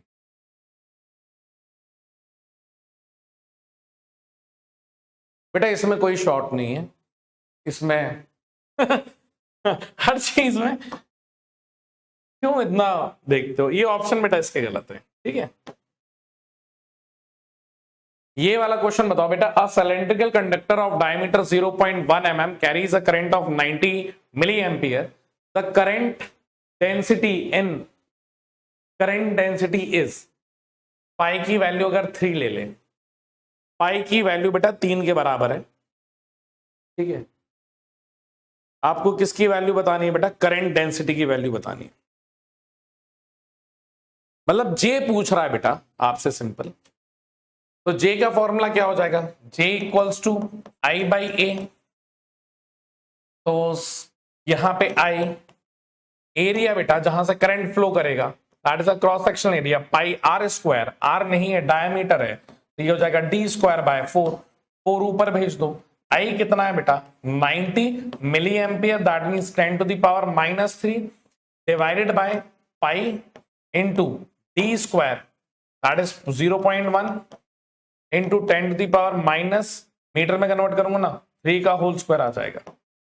4 ऊपर पहुंच गया, मल्टीप्लाई बाय 4। ठीक है सर। तो यहां से J की वैल्यू जो आने वाली है बेटा, पाई की वैल्यू अभी 3 बोली ना, पाई बराबर 3 मानना है, तो इससे इसको काट दोगे तो कितनी बार चला जाएगा, 30 into 10 to the power -3 into 4 upon, बेटा यहां पे 0.1 को अगर हटा दूं तो ये 0.4 हो जाएगा। 0.4 ये हटा दिया ना, 0.4 का स्क्वायर, तो 0 माइनस का 8 आना चाहिए। 4 3 जा 12, तो 120, ये ऊपर जाएगा तो पॉजिटिव, तो 10 to the power 5, 120 into 10 to the power 5, और ज्यादा वैल्यू नहीं आ रही है, 120 इंटू 10 टू दी पावर 5 यही आ रही है क्या? हाँ, ऑप्शन नंबर 1 को देखो अच्छा ध्यान से, ऑप्शन नंबर 1 को देखो। यहां पे अगर मैं बेटा इसको 100 से मल्टीप्लाई और 100 से डिवाइड कर दूं तो ये 100 की वजह से पॉइंट इधर आ जाएगा, तो ये 1.2 हो गया, इनटू ये 2 0 इसके साथ आ जाएंगे 10 टू द पावर 7। तो option number 1 is correct. Clear है? जल्दी से बताओ क्या बेटा ये वैल्यूज आ गई हैं आप लोगों की? अगला क्वेश्चन करके बताओ। A copper wire with a cross sectional area of 2 into 10 to the power -6 metre square has a free electron density of 1 into 10 to the power, density दी गई है ना, क्यूब में ले लो बेटा, ठीक है, 5 into 10 to the power 22 ले लो, ठीक है, केजी पर मीटर क्यूब, बेटा डेंसिटी दी गई है ना, ठीक है, ये ले लो पर सेंटीमीटर क्यूब में, नहीं पर मीटर क्यूब, सेंटीमीटर क्यूब में लेना। If the wire carries a current of 16 ampere, the drift velocity, बेटा सेंटीमीटर क्यूब में लेना बहुत ज्यादा जरूरी है, ठीक है, पर सेंटीमीटर क्यूब, ठीक है। क्या वैल्यू आ रही है जल्दी से बताओ।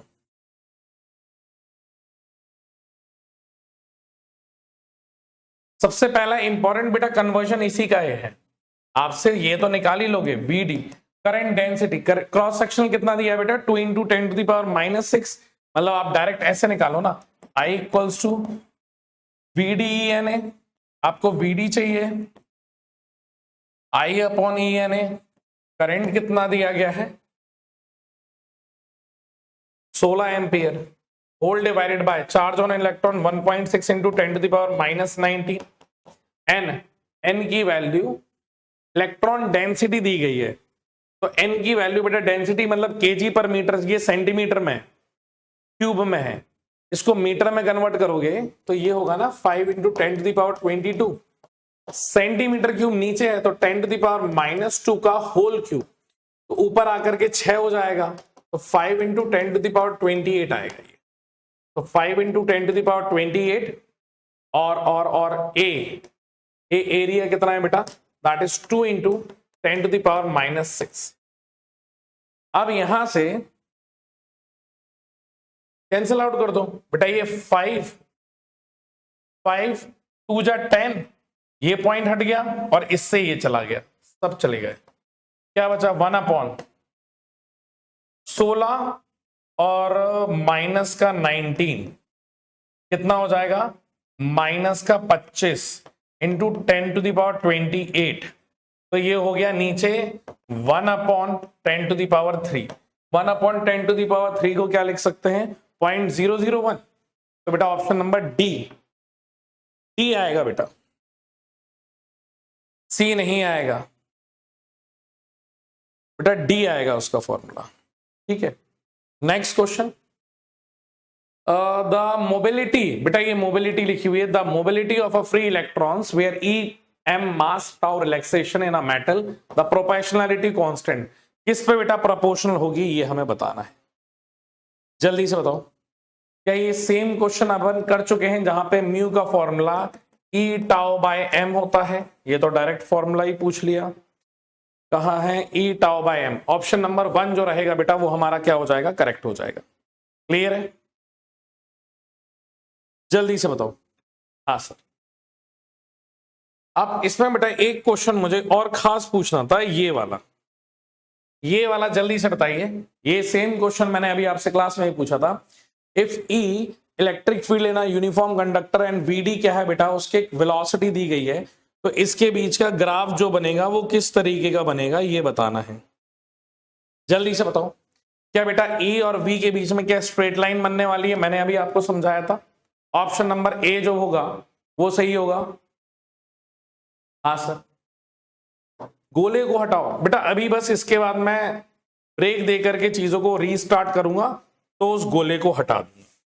अगला सवाल है बेटा, which of the following correctly represent the variation of a V charge of a spherical conductor? Potential और आर का ग्राफ दिया गया है, बताइए कौन सा ऑप्शन करेक्ट है? वी वर्सेस आर का ग्राफ दिया गया है, रेडियल डिस्टेंस आर दी गई है सेंटर से। कौन सा ऑप्शन करेक्ट है? ए, बी, सी या डी? कंडक्टर है, अंदर इलेक्ट्रिक पोटेंशियल क्या होगा बेटा? जीरो होगा, कांस्टेंट होगा? ए बेटा, इसका ए कैसे आ जाएगा? कंडक्टर है ना। और इलेक्ट्रिक फील्ड बोलता तो कभी एक बार को सोचते भी। हाँ, डी ऑप्शन करेक्ट है। क्यों? कांस्टेंट होगा ना कंडक्टर के अंदर, सरफेस के बराबर। यही तो सीख रहे हैं। ये वाला क्वेश्चन करके बताओ बेटा। Aluminium wire is stretched to 0.4% of length, then percentage change in its resistance will be. Resistance में कितना परसेंटेज चेंज होगा? अभी करके बताया था मैंने। हाँ सर, यहां पे आपने लिखा था delta R by R, percentage is equal to 2 times of delta L by L. तो मल्टीप्लाई कर दो 2 इंटू 0.4, दैट मीन्स अपना आंसर आ जाएगा 0.8। क्या ये क्लियर है या नहीं है? जल्दी से बताओ बेटा, ये वाला सवाल क्लियर है ना? इसके बाद एक बहुत शानदार सवाल है जो मैं पर्सनली आपसे ये वाला पूछना चाहता हूं। बहुत बढ़िया सवाल है। अगर आपने थोड़ा भी सेंटर ऑफ मास को बढ़िया तरीके से पढ़ा होगा तो ये वाले सवाल को आप बड़े आराम से कर लेंगे। जल्दी से ये वाला सवाल करके बताइए। टाइम लो ये वाले सवाल में बेटा, कोई दिक्कत नहीं। क्या आंसर आ रहा है इसका? The resistance of a material of a conductor having a uniform cross sectional area, ठीक है, रो की आपकी वैल्यू दी गई है। हाँ सर, एरिया भी दिया गया है। तो क्या स्मॉल रेजिस्टेंस डी आर या डी रो, ठीक है, स्मॉल रेजिस्टेंस रेजिस्टिविटी है ना, तो यहाँ पे d rho that is equals to rho d x upon A लिख सकता हूं।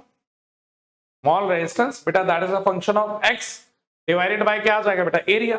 निकाल भी लिया आप लोगों ने, बहुत बढ़िया, बहुत तेज चल रहे हो तुम लोग तो। ठीक है, रेजिस्टेंस पूछा गया ना, जैसे अपन लिखते हैं ना बेटा, ऐसे देखो, resistance equals to rho L by A. हाँ, अब अगर मुझे रेजिस्टेंस चाहिए तो small resistance is equals to rho, ये वाला रो, लेंथ छोटी सी लेंथ के लिए देखूंगा dx अपॉन एरिया ए। कहां से कहां तक? 0 टू l, तो इंटीग्रेट कर दो, रेजिस्टेंस क्या आ जाएगा? r। यहां पे वैल्यू कितनी गई है बेटा? Rho naught a plus B x divided by a। Integrate करना है 0 से l, रो बाई a बाहर आ गया। हाँ, a है तो a का क्या हो जाएगा बेटा?